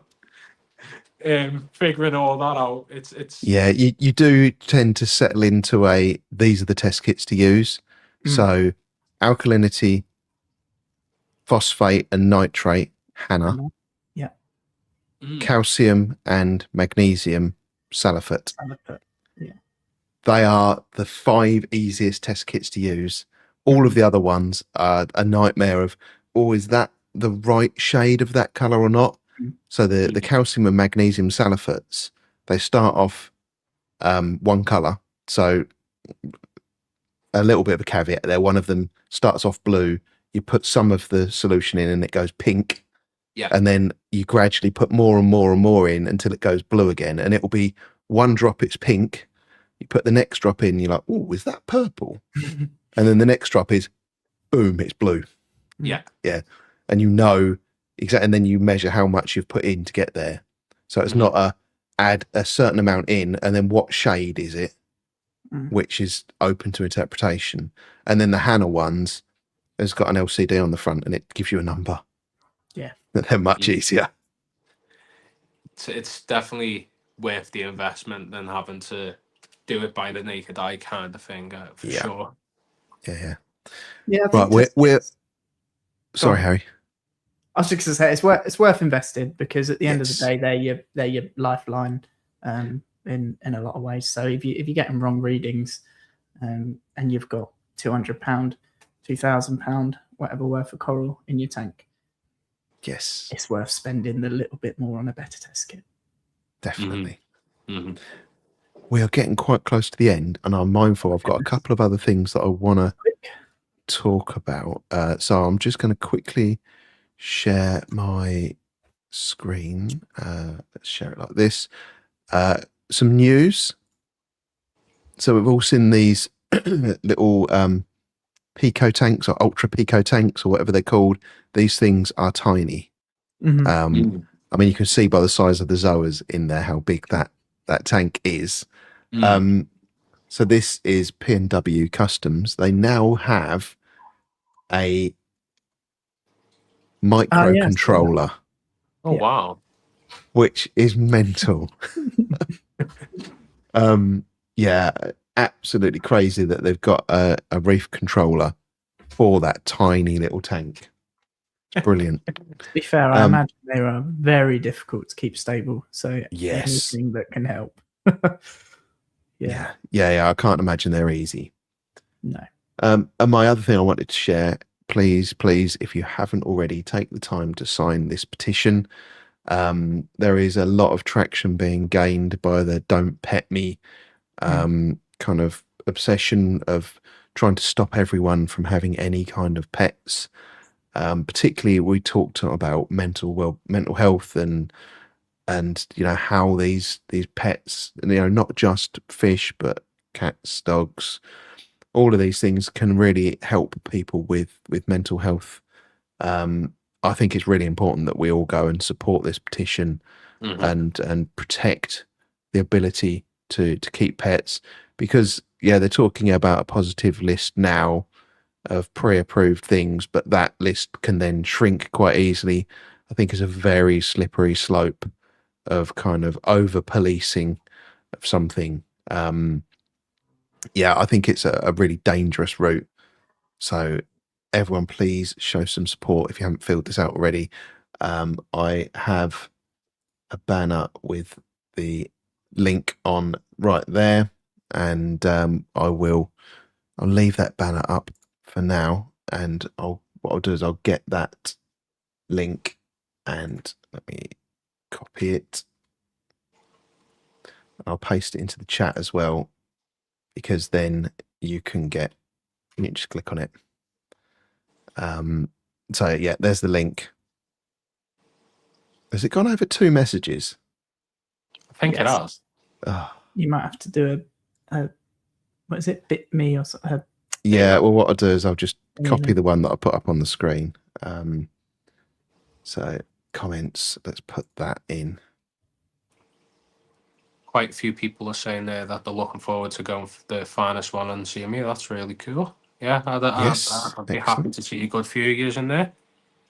Yeah, and we've got Love to Reef coming up as well. Yep. So if you haven't already, get your tickets to Love to Reef.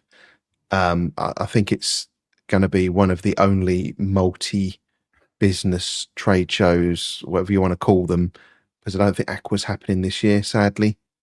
No. A complete vacuum of information on it, which really doesn't help either. I think it's going to be a bit dangerous to lose that traction that they've built over the last couple of years. So hopefully I don't think it's going to go ahead this year, but hopefully they don't lose too much traction and it doesn't just peter out and turn into nothing now. Because I think we really need to kind of keep these things going. Yes. But yeah, get your fix by going to Love to Reef this year if you want to do that kind of thing. Someone just asked, I think, what was it? He just asked about what's it like on the trop side of things for larger fish or fish that shouldn't be brought in? Red tail sharks, for example. Yeah, that's the one. Oh, Yeah. Oh, I've just you lost you. switched your camera off. I'm back. I'm back. Yeah, so this Liam actually, so he was convinced to get a shark, and he had a shark, and it ate all of his wrasse, and it destroyed all of his corals, and it was very difficult for him to rehome. So he kind of did a petition for making it a little bit more difficult to get sharks, and the really big things. So I guess his question is about some of the larger fish in the tropical side of things. Is there any protections against buying something that gets massive? So if you go into most local fish shops, the ones that I'm in this area and that I've been going to for years, I'd like to think 90% of them will have some common sense to not dump a fish that gets huge on a customer. However, there's fish that I think shouldn't be really in the hobby, like common plecos. I just think them things shouldn't, like, they just get huge. They get dumped quite a lot, especially in the US. Like they become an invasive species, and like it doesn't happen that much anymore. Like I think people now get bristle noses, but like the common plecos. When I was a kid, oh yeah, here's a cleaner fish. This cleaner fish gets bigger than your arm. Do you know that? Or sucker loach, golden sucker loach, or Chinese sucker loach, they get huge. And like there's always a bit of a debate. I always kind of cringe and crease a bit. I think monster fish have a place in the hobby, don't get me wrong. But I always cringe and crease a little bit because they just look like they can't turn, even when people have a huge tank that they just can't really live properly. They just look a bit cramped up. And the average person on the street isn't going to be able to house these fish, Yeah. and have the right facilities or the equipment or one to keep up with the water changes or feeding them the right things. And then they end up just getting dumped, or you see them being given away on Facebook pages or forums all the time because not many people are able to house them properly. So I agree there. with that comment a fair bit because of the fact that like there's just a lot of fish that still to this day you're just managing to get there. I mean, even one that super available, goldfish. Goldfish Yeah. are what got a lot of people into this hobby, and Yep. goldfish should deserve a place in the hobby for sure. But for how easily people can still buy them, Yeah. and knowing that they get big or they'll die or whatever, like it frustrates me. I just think it's stupid. There's a shop that I'm not going to name that has been around forever in the Merseyside Northwest area that I've went to as a kid, and I used to love going there, feeding the koi and all that. But they sold like my partner's auntie a goldfish in a bowl in the big 2026. A goldfish in a bowl was sold, and I was like, "How's this still happening?"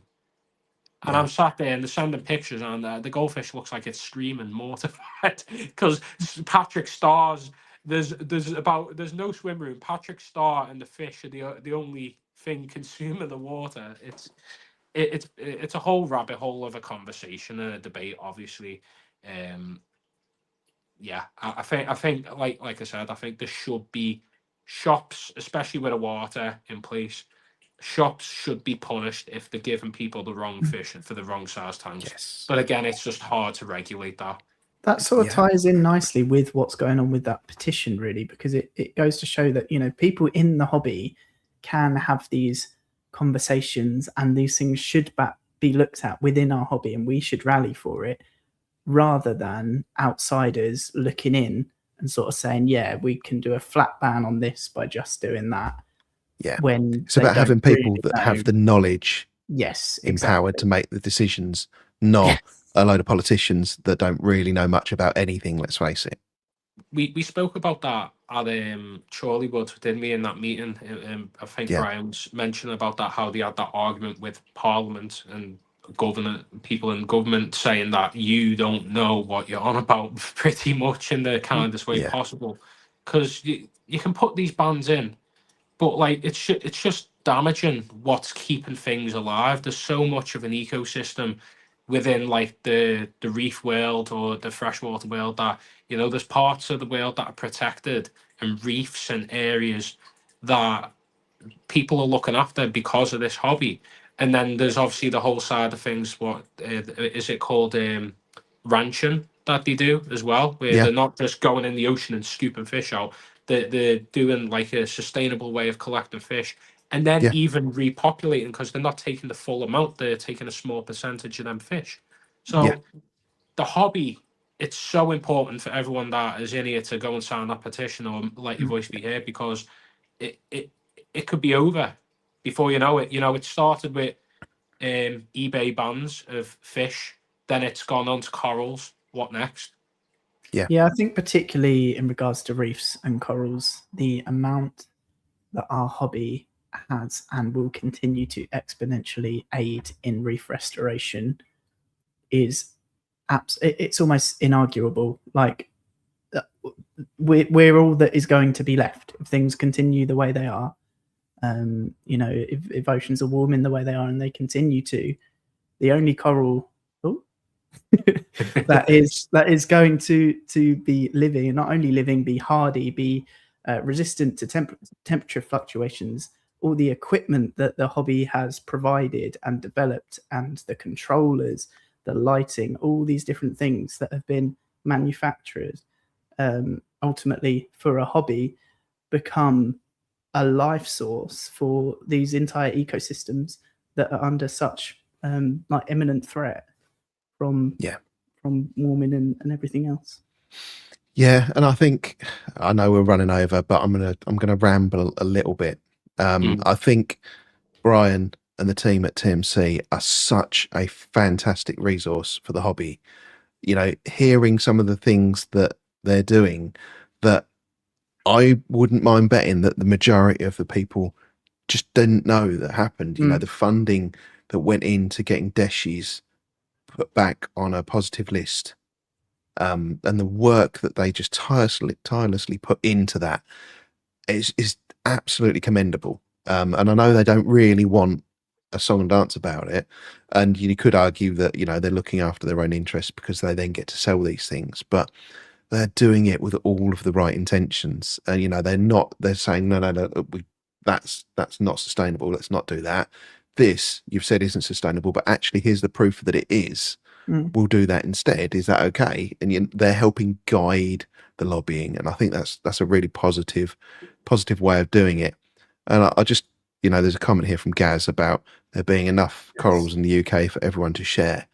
However, the other side of this is if the people in these remote locations are not making their money from the reef, they have no vested interest in looking after the reef.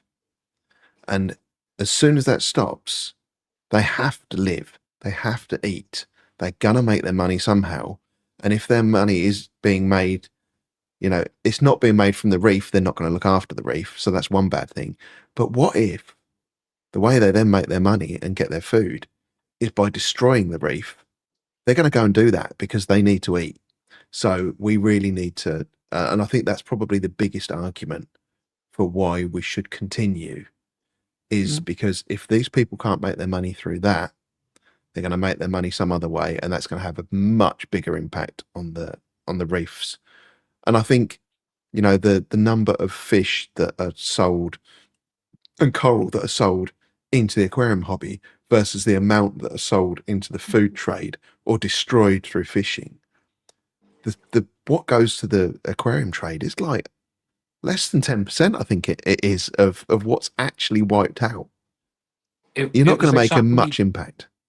Sorry to cut you off there. It was exactly what he was saying about the chromis thing, where a small amount of chromis going to the hobby, but they use more chromis, blending them into mush to feed the tuna to catch the tuna. Yeah. Like that is. Yeah. Think about that for a second. Like the how messed up that is in a way, that the mass catching all these fish, blending them up, and then just to catch the odd few tuna. Yeah. And that really struck me. And I think I said in that meeting we're in, it's like, so basically, if these people that are lobbying want to make a big impact, they would be better off lobbying to get tuna banned from the supermarket so you can't buy it, than trying to stop the aquarium trade, because it'll have a bigger impact on the fish that are in the ocean. Yeah, it's crazy. It's exactly the same with to finish off. I know you've run over. Someone mentioned that if I've went Pier, I've went Pier. Pier's one of the few, there's quite a few shops in the UK, but Pier's one of the bigger ones known in the freshwater side of things for. They actually, a bit similar to TMC, they pay villagers or like certain villages to catch fish for them to import in exclusively or to bring into the country.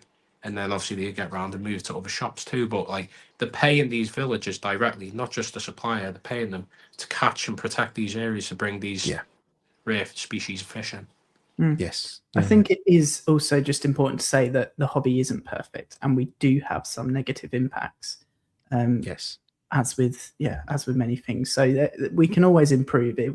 It would be wrong to sit here and preach how wonderful things are and pretend that there aren't things that, mind you, I suppose we have talked about, for example, fish that should be in the hobby and things like that. But yeah, there's definitely space to improve as well.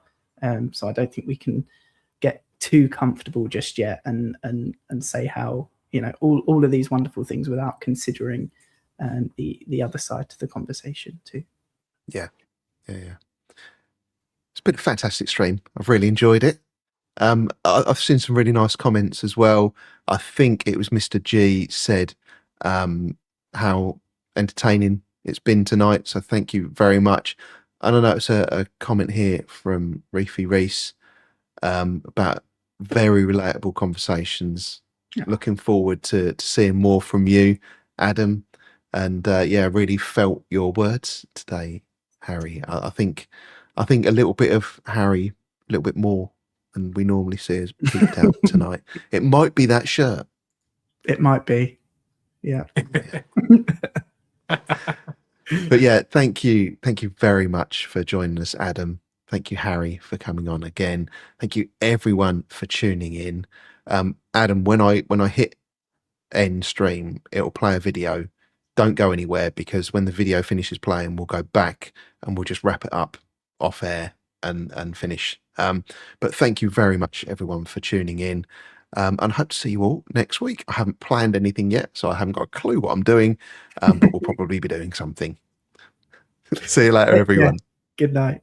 Good night, everyone. Thank you.